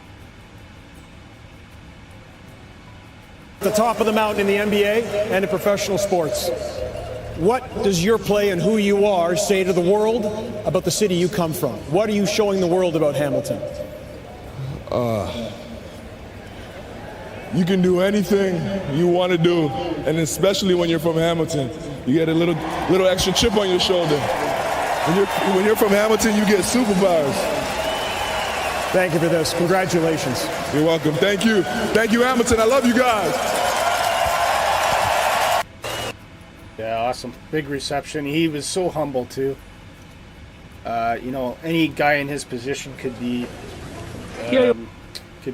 so arrogant and self-involved, but Shay's totally down to earth, and he's still. I was surprised, but he still spends his summers coming home. He likes to come back to Hamilton, and before that. He did that speech before a Ticats game with BC Lions, which they lost. But before the game, he was out in front. There's a basketball court because Hamilton Stadium, which used to be Tim Hortons Field, but now it's Hamilton Field, has all these different things. It's got a basketball court, and Shay was out front, just some random kids off the street, just playing one-on-one with him. Just what an awesome guy. Really proud of him. And Canada should be proud of him as well. I mean, he's only the second Canadian in history to get a MVP for the NBA. So I thought that was really cool. Okay, top descent's looking about 200 miles now.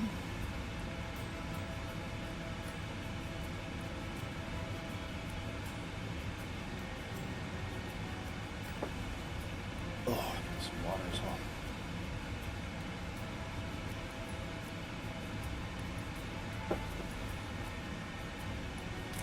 to our checklist. Is there anything else we need to worry about?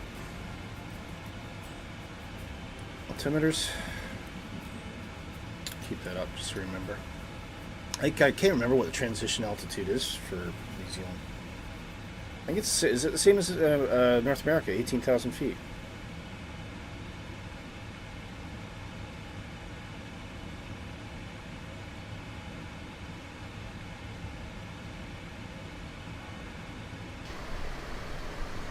See Nighthawk. Oh, Mississippi's disappeared. Where's she gone?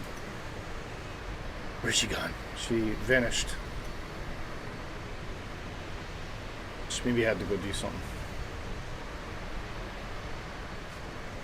Either that, she's gone on ahead to have a blast around New Zealand before we land. Ooh. Breaking the cloud cover coming there. Does that land? You're ahead of me. Yeah, I thought you. Oh, there you are. Yeah, just see it throws me off because 2024 actually makes the name tag smaller. 2020 didn't do that, which is good. I mean, I do like that it goes small, but sometimes you don't even see them.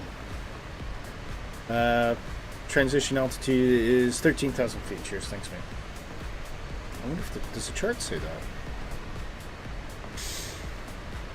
Do.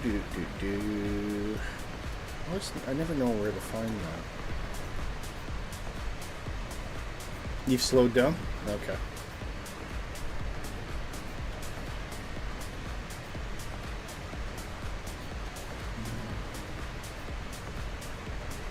Oh. Not for my approach. It's, sorry, I'll just show you. Here it says transition levels, flight level 15,000, or 150. For the Hody approach, anyway.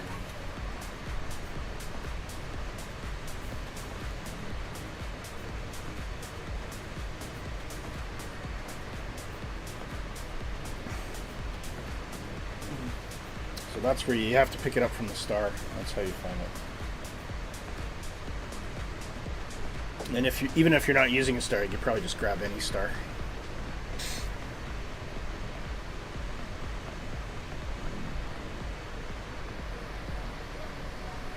You guys seem so far away.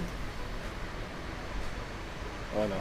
Yeah, it's just water below. It's just a cloud cover breaking up.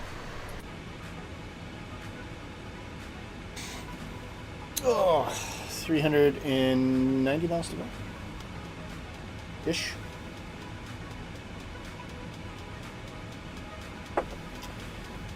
Oh, contemplating whether I want another coffee or not. Should I get another coffee? How long till top of descent?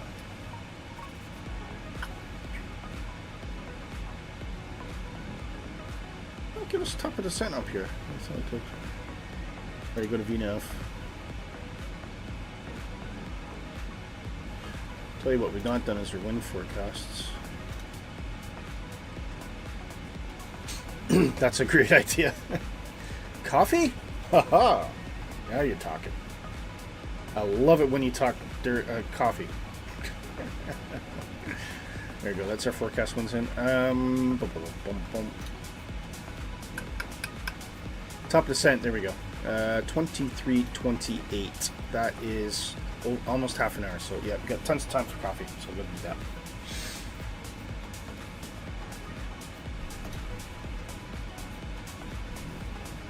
Oh no, was it there the whole time? Oh, there it is. It was on the progress page the whole time. I just didn't see it. Right at the bottom, 23:28. Okie dokie. Alright, let's, I'm doing a Mowgli approach. No, I got the Hody. No, I don't think I'm doing the Mowgli approach, no. I think I'm coming in further south than that.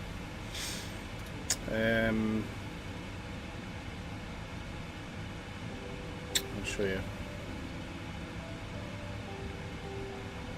That's the chart. How I can't remember. I can never remember how to overlay the. Oh, you can layer it here. That.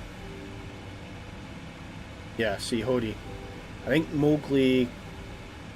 Mowgli comes up higher, doesn't it?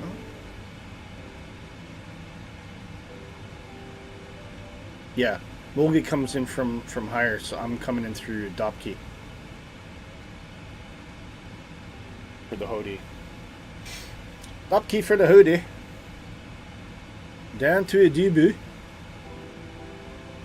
Don't need none of that Devil or LDAC.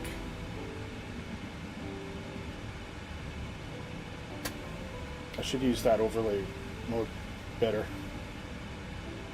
Guess that works.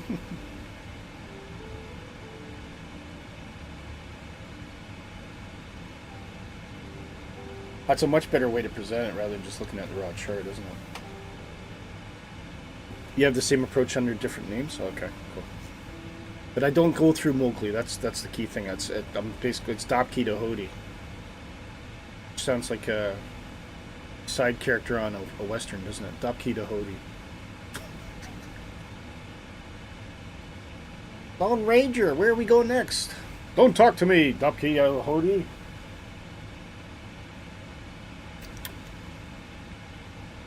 Coffee break. Yeah, let's go.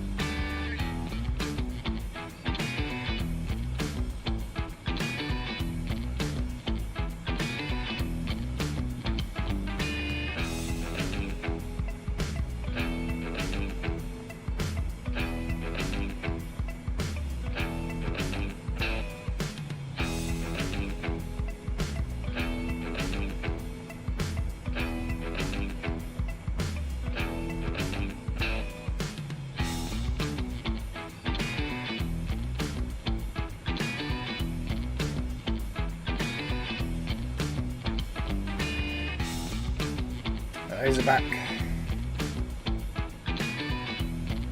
Wait, where are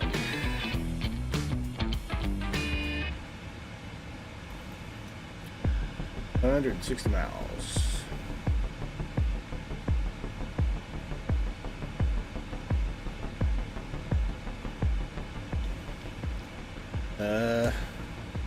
He thought it was a chocolate emoji.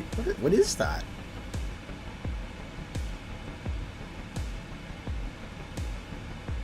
I don't know. I don't even know what that is.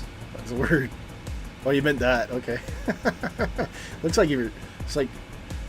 If I saw it, it was like Alita's putting poop in his coffee.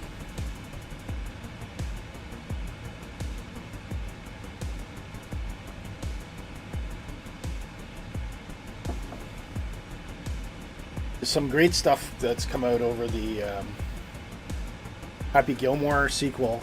It's just like, I don't know if it was an out scene or if it was in the film, but it's it's Shooter McGavin eating he's sitting eating cereal and the box says pieces of shit. Apologies for my language. Coffee and coffin, so right, okay. Must be strong coffee then.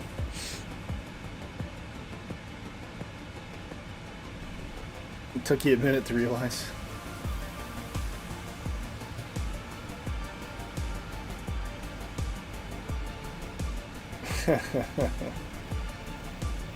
Some emojis are a bit obscure for me.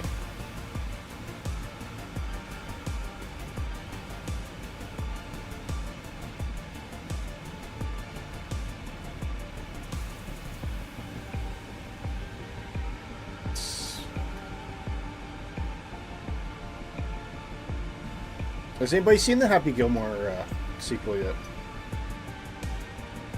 I've only watched like the first half hour because my Mrs. Canuck has no interest in it at all. Which is surprising, really, but I mean, I know Adam Sandler films nowadays don't quite have the same impact that they did back in the day, but I still really like them. He did a really good one with Jennifer Aniston, where she works for him or something like that. I think I can't remember if he's a dentist or. But it was a really enjoyable film. I quite enjoyed it.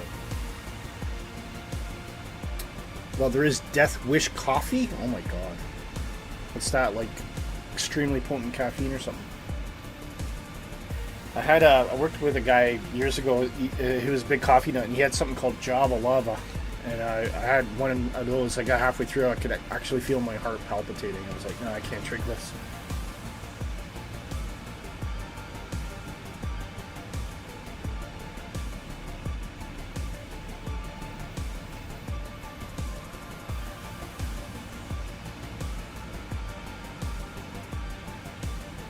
$80 miles.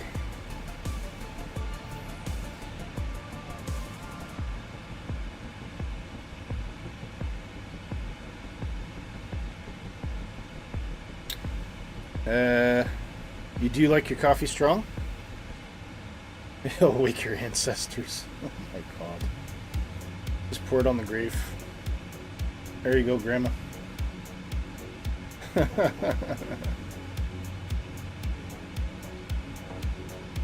I've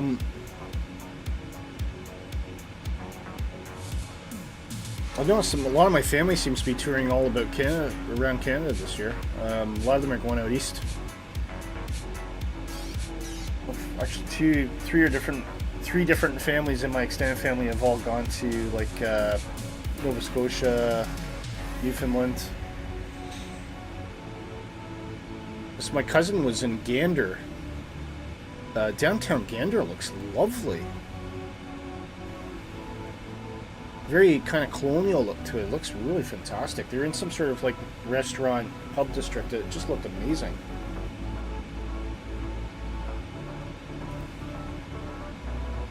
I don't think, because I mean, I have a lot of family in Ontario, but I don't know if I'd want to go back there for a holiday again.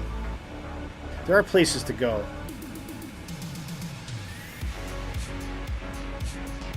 Maritimes are almost yeah, they are in drought conditions. I noticed that there's footage of see if I can find it. It's footage of CL 415s doing their stuff.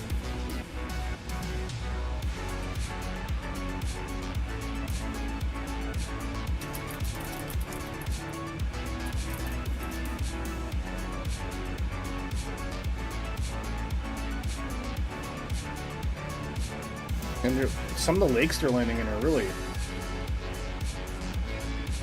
Hear this. Sure.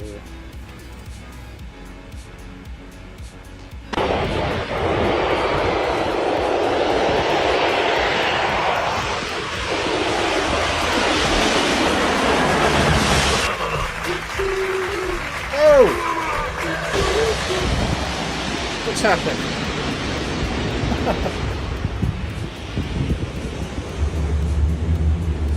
Look at that. Isn't that cool?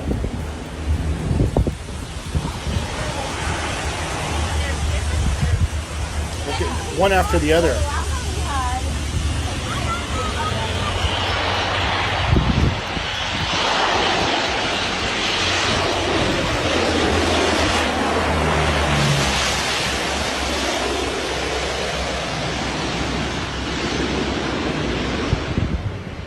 Crazy, eh?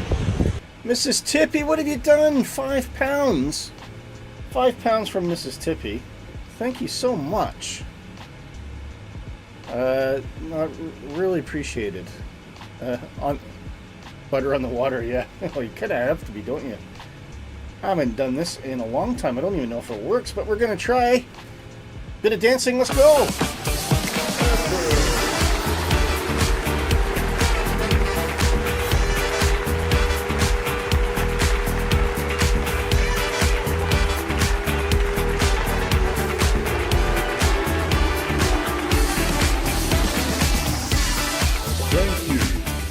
Thank you very much, Mrs. Tippy. You are so generous. I really appreciate that.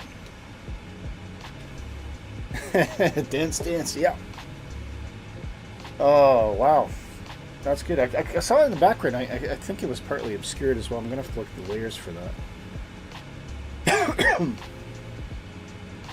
Where is the tablet in relation to...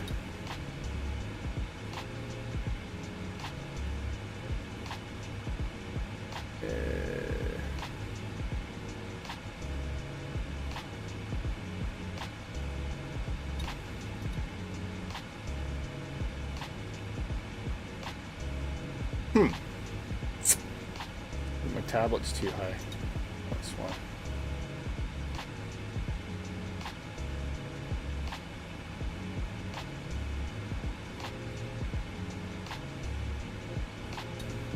So if I'm just gonna switch some stuff here if I bring that down.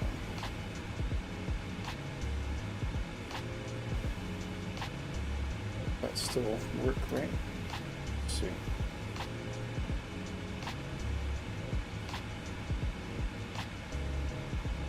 Yeah, it should be better. Okay. I just because I noticed the subscription meme came out, but it was like underneath the tablet, so hopefully that's gonna fix it.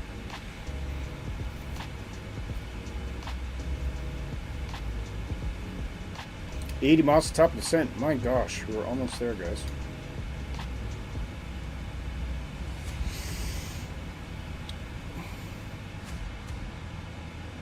According to Vlanta, you should be on approach. No.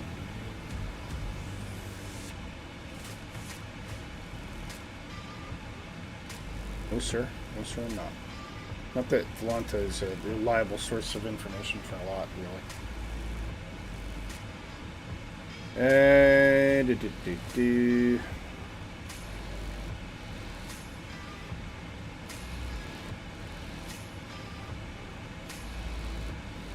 Okay. Excuse me.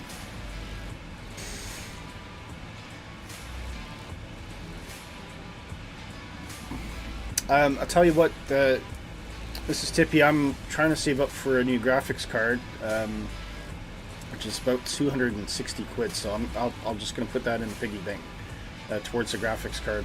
I'm having a little bit of trouble saving for it, but hopefully I'll be able to get it this year. But that'll go straight in the piggy bank for that, so thank you.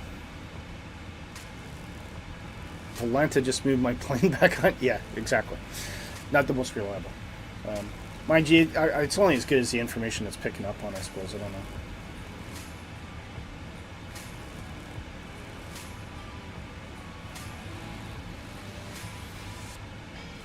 So if I... That's where it says I am now. You're right behind me.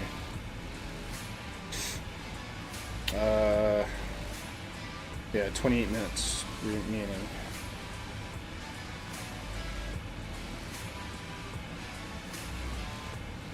Lena says at Sydney Airport we have our own 2 parallel runways, and then we also have birds, ducks, pelicans landing takeoff on the water next to the 2 runways. Do you really? That's kind of cool.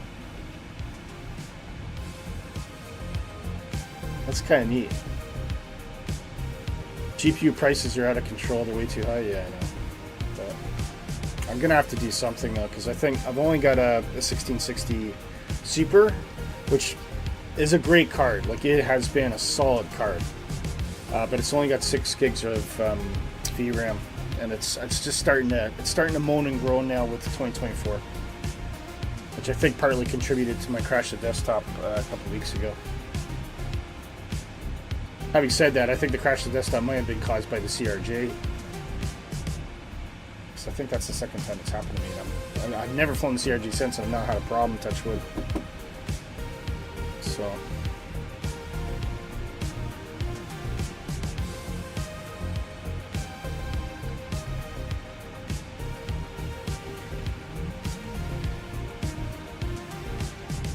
You love the little...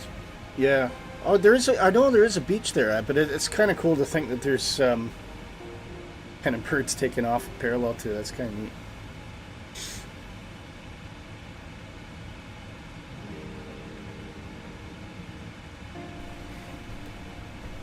Top of descent is only...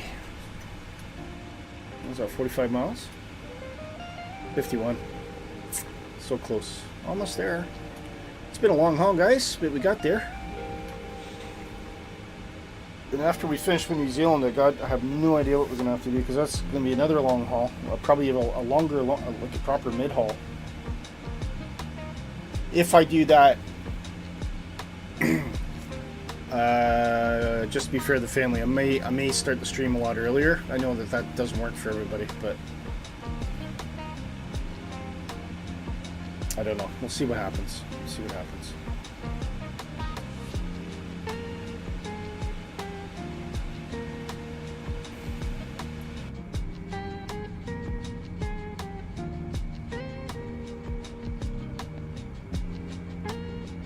Lots of clouds.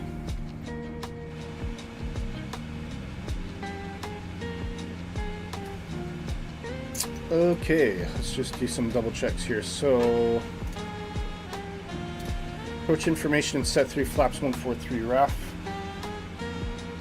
And we'll fly with that 143 straight. I'm not going to add any speed to it. Legs, no, NavRad, ILS 016 is our approach course. We will be intercepting the localizer at a Dubu. And want to be 240 knots at Hoodie.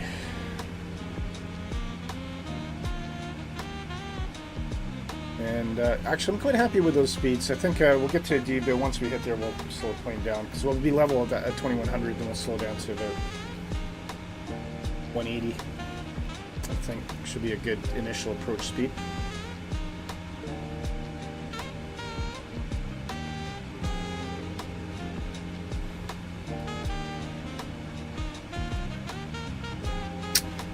Alright, so we'll get that plugged in as well.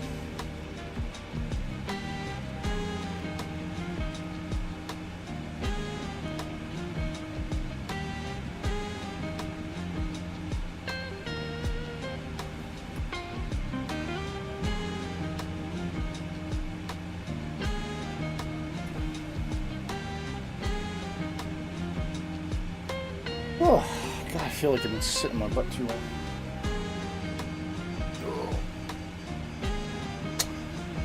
You got any, Lena, do you have any nice pictures you can share? Post up in Discord there, we can put them up. I'd love to see any pictures you have at Sydney.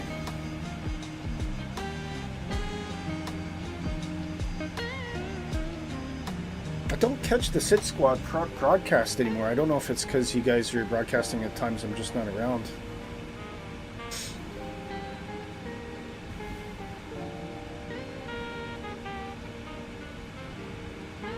I did bump into the guy that does Edinburgh Airport. He's a nice fellow. God, he was out in high winds and rain a couple of weeks ago. Oh my God, it was lashing down, absolutely hammering down. There was some pretty wild approaches. They had we had this kind of storm. It lasted a couple days. It's a tropical storm. Edinburgh was getting, I think it was 32 gusting 50 at one point. But it was almost head on, so they were still, for the most part, able to land. But bloody hell, God! And the thing is, it was a 350 came in, and the headwind was so strong that, like, as soon as the wheels touched down, it actually stopped by the first taxiway because there was so much wind coming head on. Unbelievable. I've seen some pretty bad weather at Edinburgh though when I've been landing, I'll tell you, and Gatwick.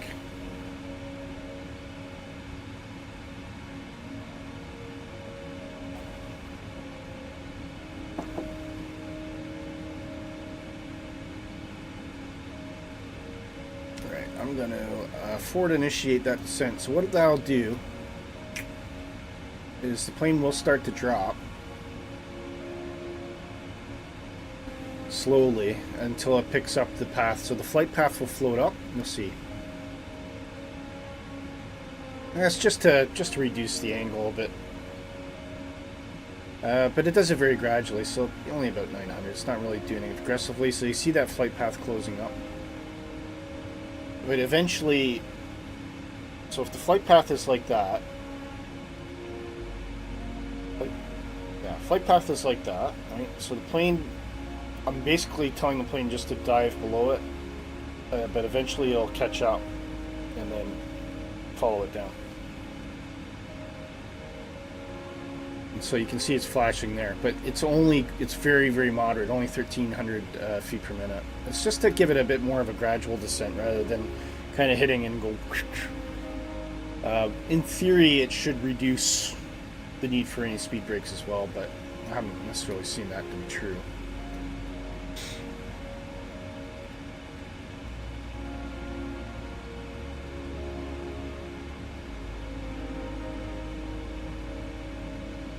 Where's Nighthawk? Is he still behind me?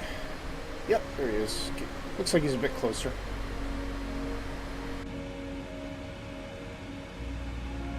Stu! So I set fire to Arthur's seat. Hello! Hello! How are you doing, mate? Yeah, it looks like it was arson. Problem is it's a really difficult place to get to because Arthur's Seat's kind of, even though it's surrounded by roads, it's where it happened. It's right at the top. I'm not sure how they've actually tackled it. I've not been paying it too close attention to it. Well, you can see some mountains there. Look, just peeking through the hills. Those are high mountains, eh? Wow. I'll tell you what, those restrictions must mean something.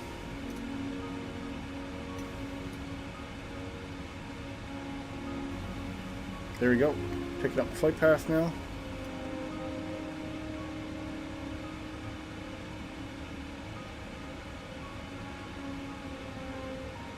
Hello, you're familiar. Andy, you're back. How's your steak? Steak and asparagus. Was it everything you hoped for? That's a great joke. You know,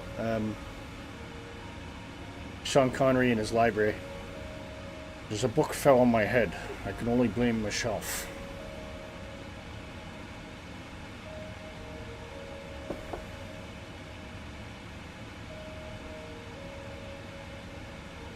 That's as good as I'm gonna get for Sean Connery impressions. I feel like there should be no restrictions in here. Maybe not. But if we're at 37,000 feet, those mountains are up there, man. That is high. Lord of the Rings stuff right there, eh? It was a lovely steak. Oh, cool. What kind of steak was that? And Stu, hope you're doing well. Hope you're having a good Saturday.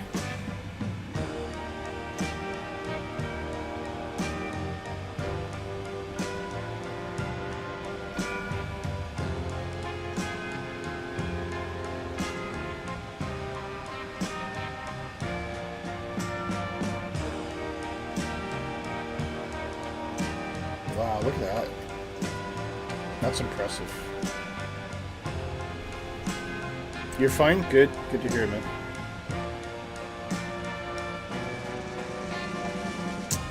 Probably Mount Cook, highest mountain in the South Island. How big is it? Scotch fillet. Oh. Scotch fillet, like Scottish imported meat. Or are you, actually, I never asked where you live, Andy. Whereabouts do you roughly live, Andy?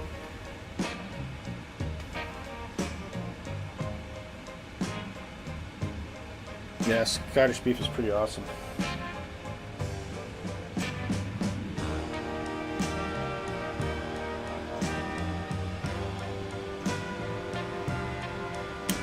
Starting to get a little bit worried about my flight path here.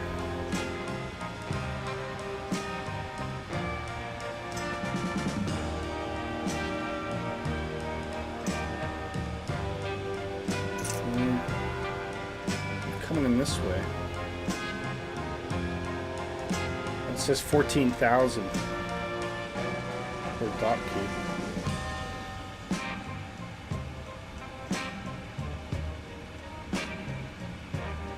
Huh. I wonder if Simbrief is accounted for this or not.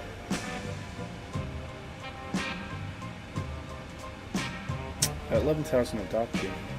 Alright, maybe it'll be alright. Just have to keep an eye on it. By rates, I mean, we should be over it by the time we really need to drop, but I can see this mountain's up there as well. Right? Check for discontinuity in the flight plan. No, I did have one, but I took it out. So, it's contiguous. Andy says, oh, you're from Sydney. Okay, sorry, mate. How about me? Oh, Scotch fillet is what you call ribeye, right? So why do they call it Scotch fillet? Is it actually from, is it Australian beef, I take? So I am originally from Hamilton, Ontario. But I have been living in Scotland in the Scottish borders for about 21 years.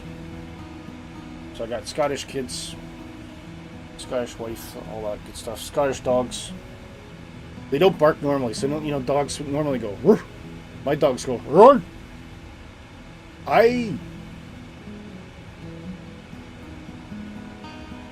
They don't really, but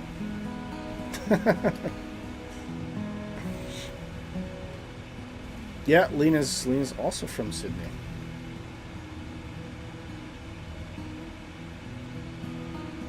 Somewhat famous is Lena.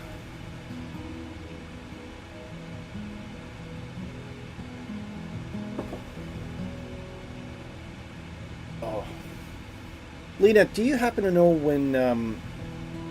Just asking if you're aware.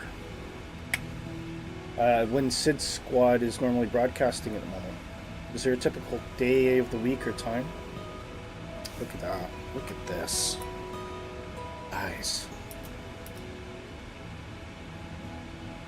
Let's get outside this point. This. Wow. Look at that. That's lovely.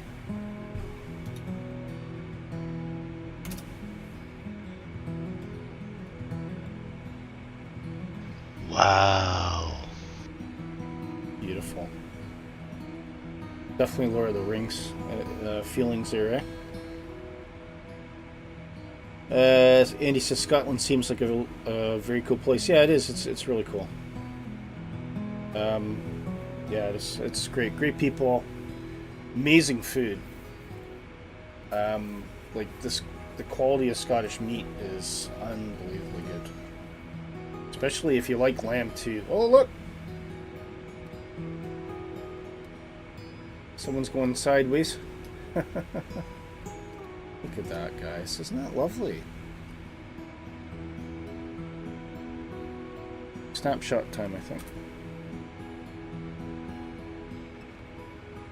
That is stunning. Microsoft Flight Simulator. What can you say? Sid Squad just ended a stream 9 hours ago. Okay. No schedule for them. They usually just do evening curfew 8 to 11 p.m. Sydney time. Oh, okay. So it'd be like, that'd be in the morning for me then, wouldn't it? It's about the time you're streaming right now. All right. Okay. I wonder if they're streaming actually. They're streaming at the moment. All right. I should watch.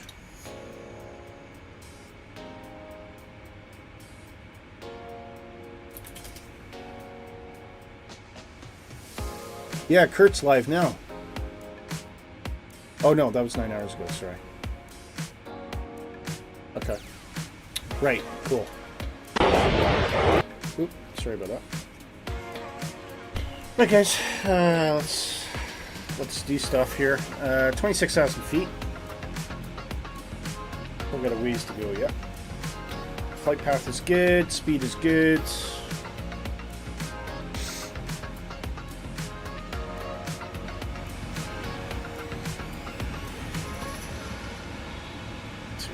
Down a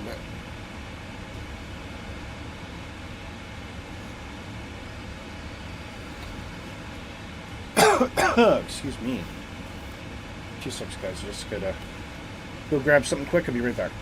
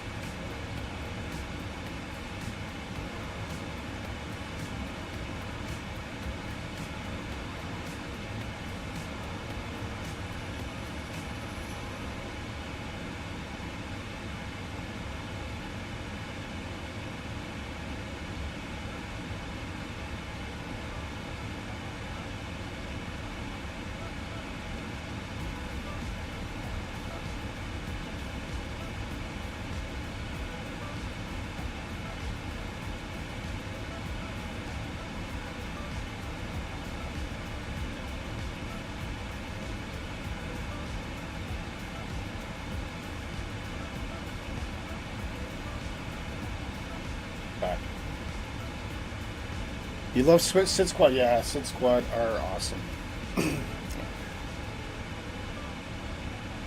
Sid Squad also do something really cool. I've interviewed them a couple times. I'm really good friends with all the such a great bunch of guys, and they joined me on Sky Blue Radio a couple times. But they do this really cool thing. I'm not sure if they're doing it this year, but they raise money for a charity in Australia called Little Winks, which is a private airline, charity airline that flies families and sick kids to specialty hospitals from remote areas, and they raise a fortune of money for them. And it's always heartwarming to see, and it's such an impactful thing as well. Like this makes real difference, positive help, positive assistance in real families. It's amazing. So yeah, just a great bunch of guys. Every now and then, if they're live, if I'm not busy, I sometimes join in on Vox if they're available, and there's been a couple of streams where I've actually been just talking along with the guys on the stream, which has been really cool.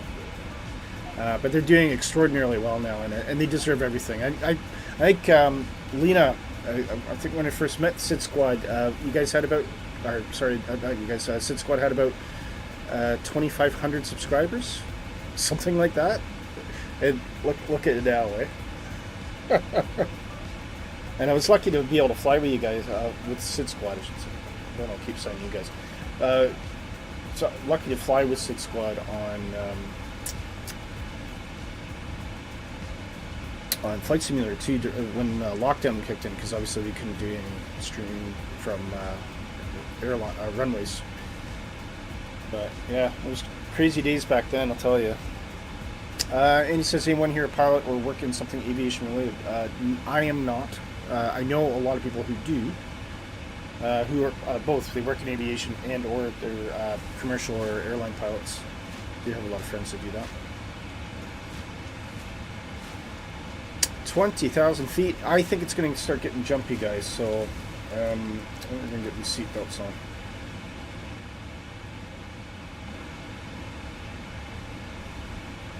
So I hope everybody's had a pee.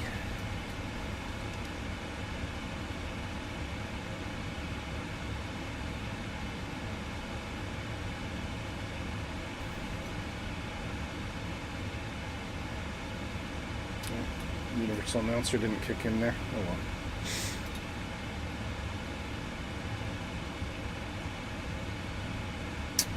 Seatbelts are on. Auto brake 2 is set. Transition altitude 15,000 feet. But it's a good time to put the seatbelts on because we're going to start getting some chop as we come in close over these mountains.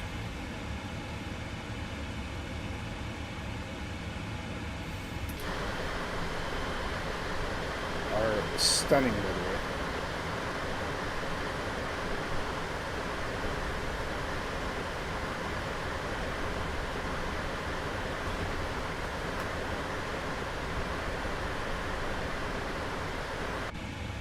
But we're almost over them.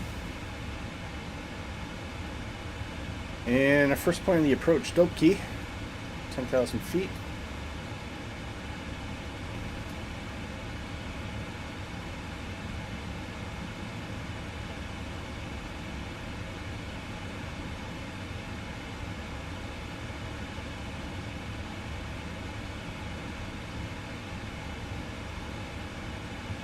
Mrs. Tippy's just, looks like she's shooting the gauntlet down there.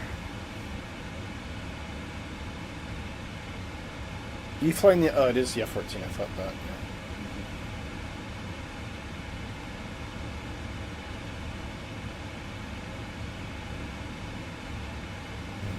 Excuse me, very gassy there. Okay, we were pretty close to transition, so I'm going to switch that over to 1010. We'll just do a quick check on the MENAR. Still the same. I put a couple of screenshots in Discord. Oh, screenshots. Okay.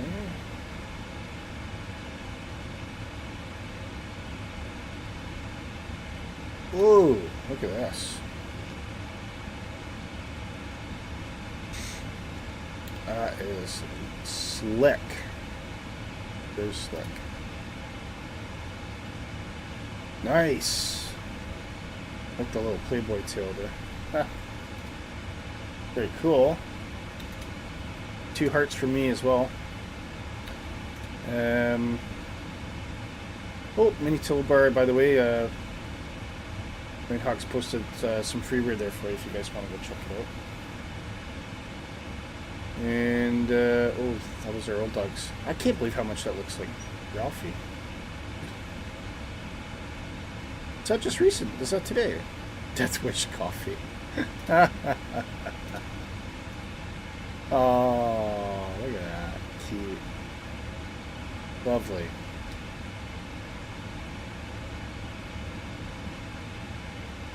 $14,000 feet.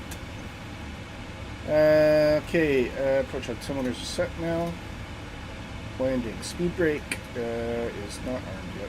Can do. And we're going flaps 30 today.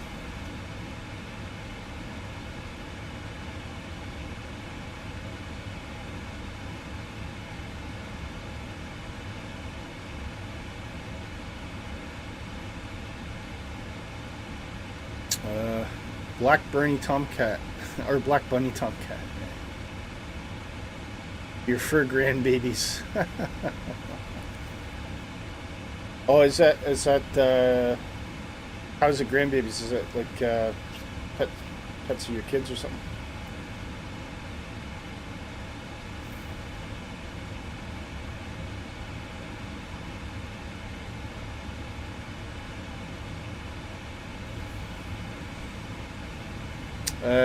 Gregory, how you doing, mate?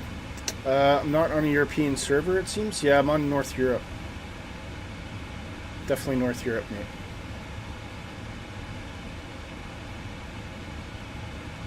Well, that's what I think. That's what I'm connected to. If something's happening in the background, I have no idea. Andy says, "Love the pics." Yeah, they're cute. Okay.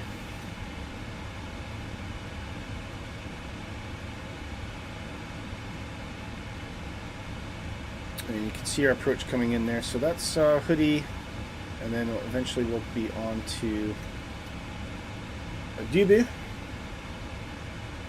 Flight path is looking good so far. Decision height set, below line checks, everything else. Speed brake is armed. Just checking NavRad, ILS, and course is preset. And that is now actually kicked in. You can see it's now set it into the nav there. Very cool. Hopefully this one goes by the numbers. We don't get any strange behavior. Landing lights can come on now. Ladies and gentlemen, we've begun our final descent and now ask that all passengers return to your seats and fasten seatbelts in preparation for landing. Please return trays and seat backs to the upright and lock position and place all luggage in overhead bins or under the seat in front of you. At this time, we ask that all laptops and large devices are stowed before landing and that all mobile devices remain in flight mode until advised. Thank you. Gregory, I am on all players. I should be, and I can see at the moment. I can see Mrs. Tippy, and I can also see Nighthawk up here. So I'm definitely seeing other people. Make sure your traffic. I think you set traffic to high or ultra. I did have a problem. Guys, didn't I? Initially, I couldn't see anybody, and I've been able to resolve it somehow. So seems okay. Okay, decel to 240 coming in.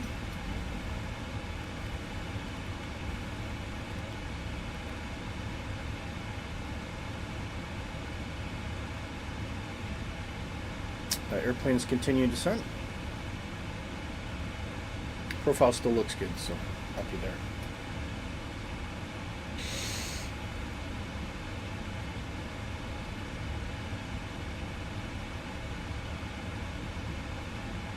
All players are North Europe server. Yeah, we are.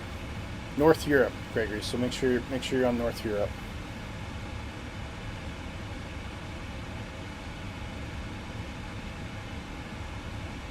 What does it say? We got 36 nautical miles to run.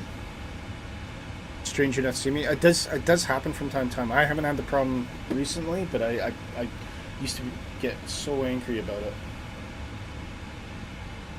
And then we have Sim Update 3 coming out, and that could break multiplayer all over again. So I'll wait and see what happens.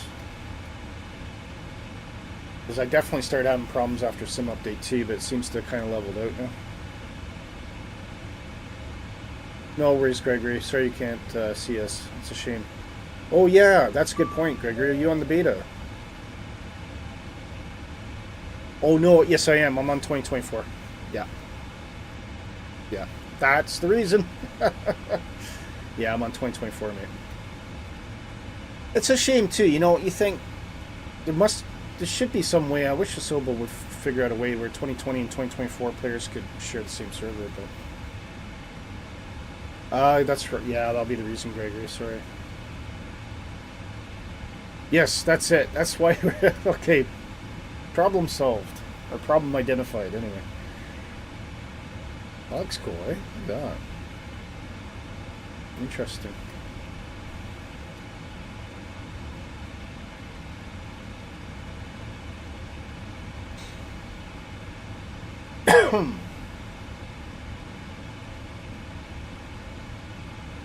So, just a quick one. 210 called for a debu, but we're going to drop to 180 once we level off at 2100.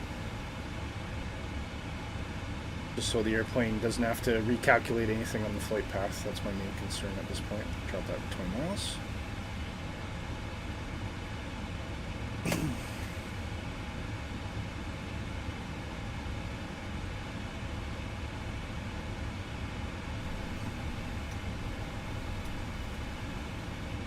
You'll sleep better knowing the issue now. Well, don't lose sleep over that. Dear, oh dear.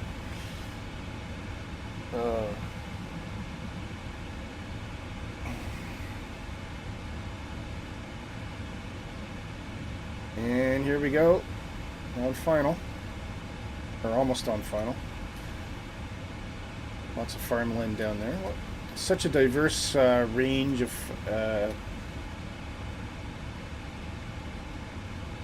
what do you call it? FMC message. What? Drag required. No, you don't. Shut up. No, you don't. You're fine.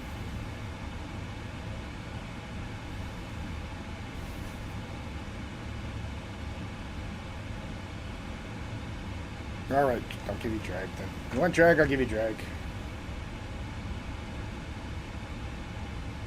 Especially if you're going to start floating above the profile. Can you join us on... Yes, you can, yeah. North, if you go North Europe server on Xbox, it will, yeah. In fact, Mississippi, up till recently, was always on Xbox. We are about to end the stream, though, Gregory. I'll just mention that. But if you can get in, at least for a group shot at the end, that'd be cool.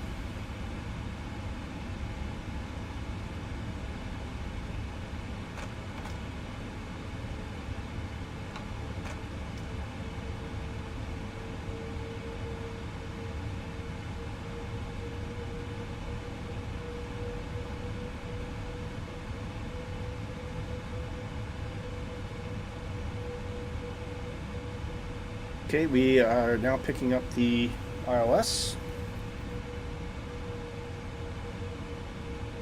And again, wait till we get to debu. That's where we'll start cutting that throttle right down. We got a nice little stretch of 6 miles or so before we have to hit the glide slope, so that's helpful. We will, at this point, however, arm the localizer.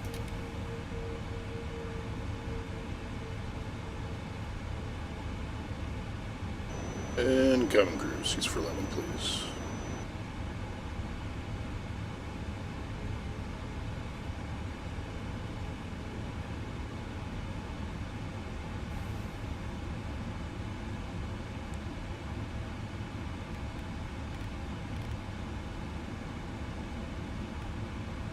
Cabin is secure for landing. Not yet, come on.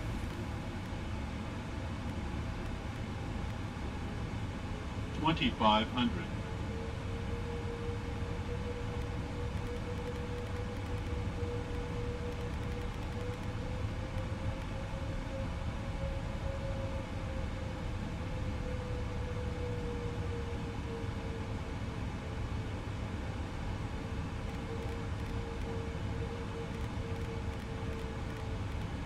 Oh, come on.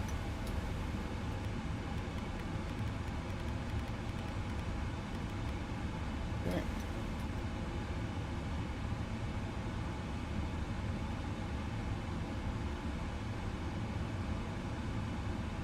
Things leveling off now. Nice. Airspeed dropping. Flaps 1.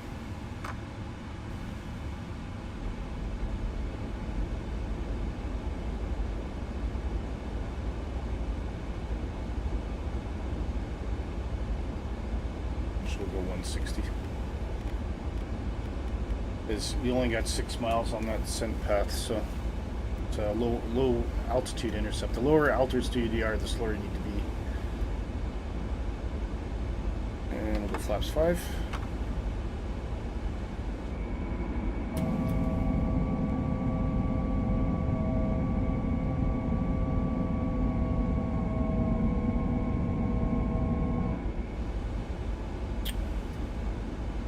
Okay. Alright, sterile cockpit, guys. Apologize if I miss anything.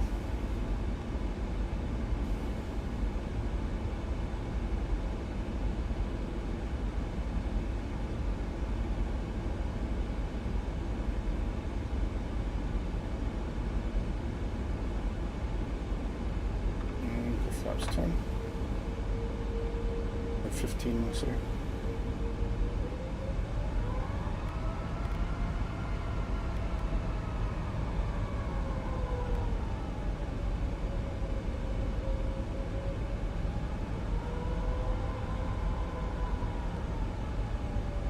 Arm approach.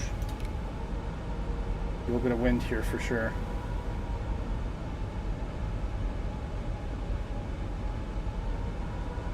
Dropping gear.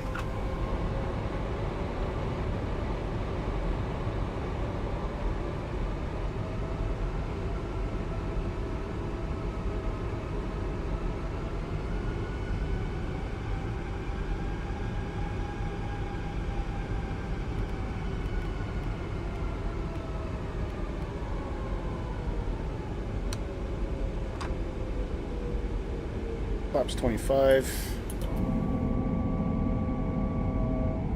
And we'll go flaps 30.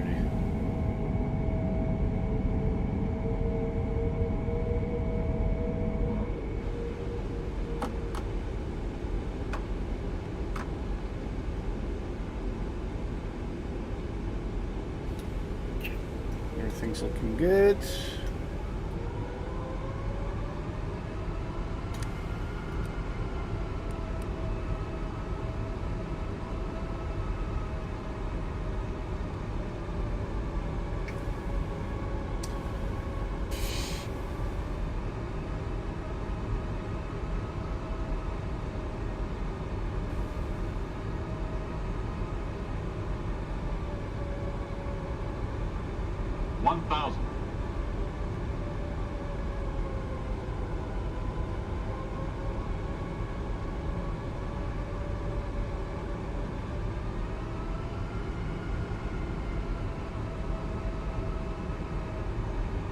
Out of control.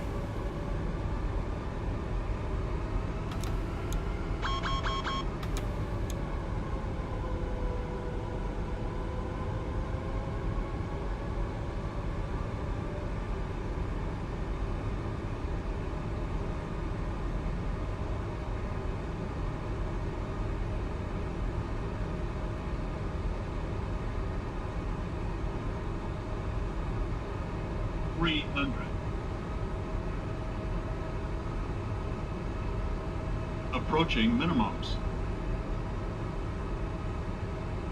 200. Minimums. Continue.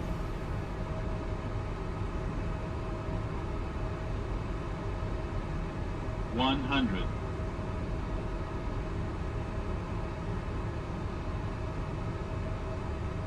50, 40, 30, 20, 10, 5.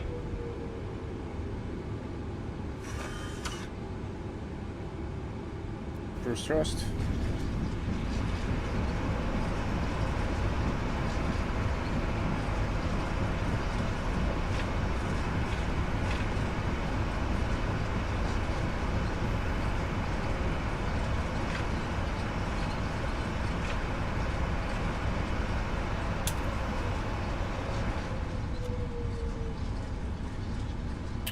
Butter! Thank you, Lena. Oh, that was actually quite happy with that landing.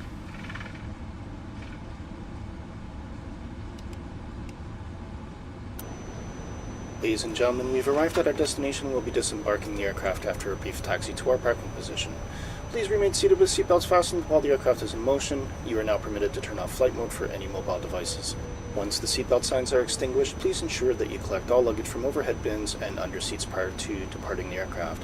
On behalf of the flight and cabin crew, we thank you for flying with us today and wish you an enjoyable stay or safe onward journey.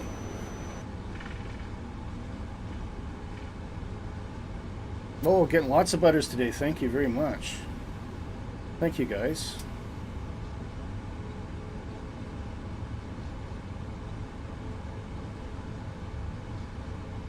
Yeah, she's a great aircraft to fly. I really, really do like it.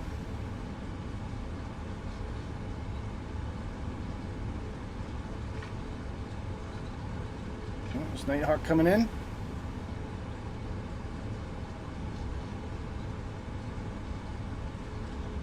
And Jam. Well done, Sis Mississippi. Thank you very much. Well, hopefully I've earned that £5 donation.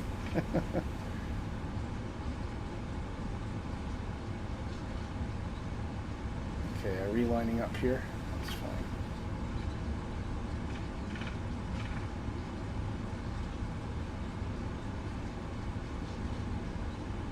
I think I'm going to go to a gate, actually, Mississippi, if you wouldn't mind. Just because I'm so happy with that landing.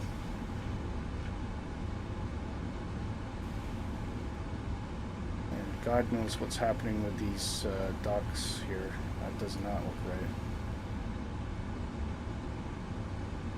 So if you guys want to join me at the gates, that would be great. And we've not turned all sorts of stuff off here, I know that. All that should be off.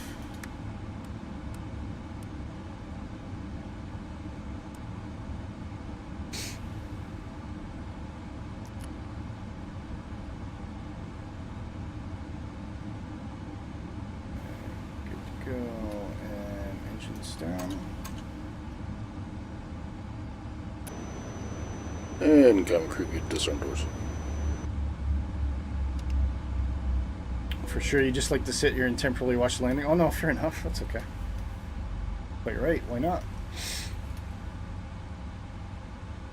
Okay, that can come off. Oh, these guys can come off as well.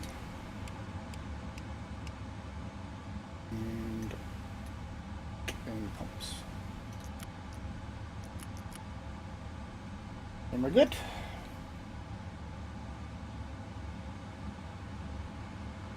Cool. And we'll get ground power there.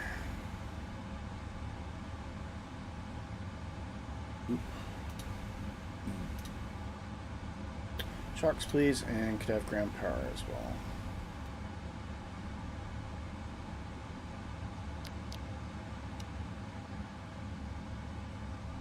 Cool. All right. Beacon light can come off.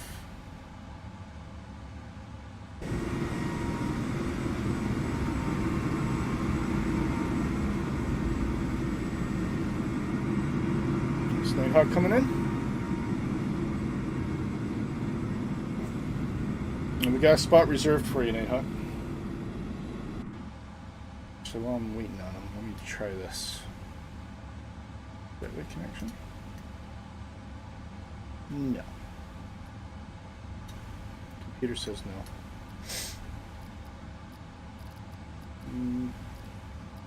The other way you can sometimes do it is do it through the ATC, but ground services. Nah, it doesn't need that. Nah, forget. I don't know. Okay. I'll go lose sleep on it. No, that was a really good flight. Thank you so much, guys, for joining me today. Nice little airport, though, Christchurch, eh? Bit of modeling there. Those mountains looming in the distance. Amazing diversity of zones that they have here. Comes Nighthawk. Place it right about there just to capture him coming in. Hope your landing was good, Nighthawk, as well.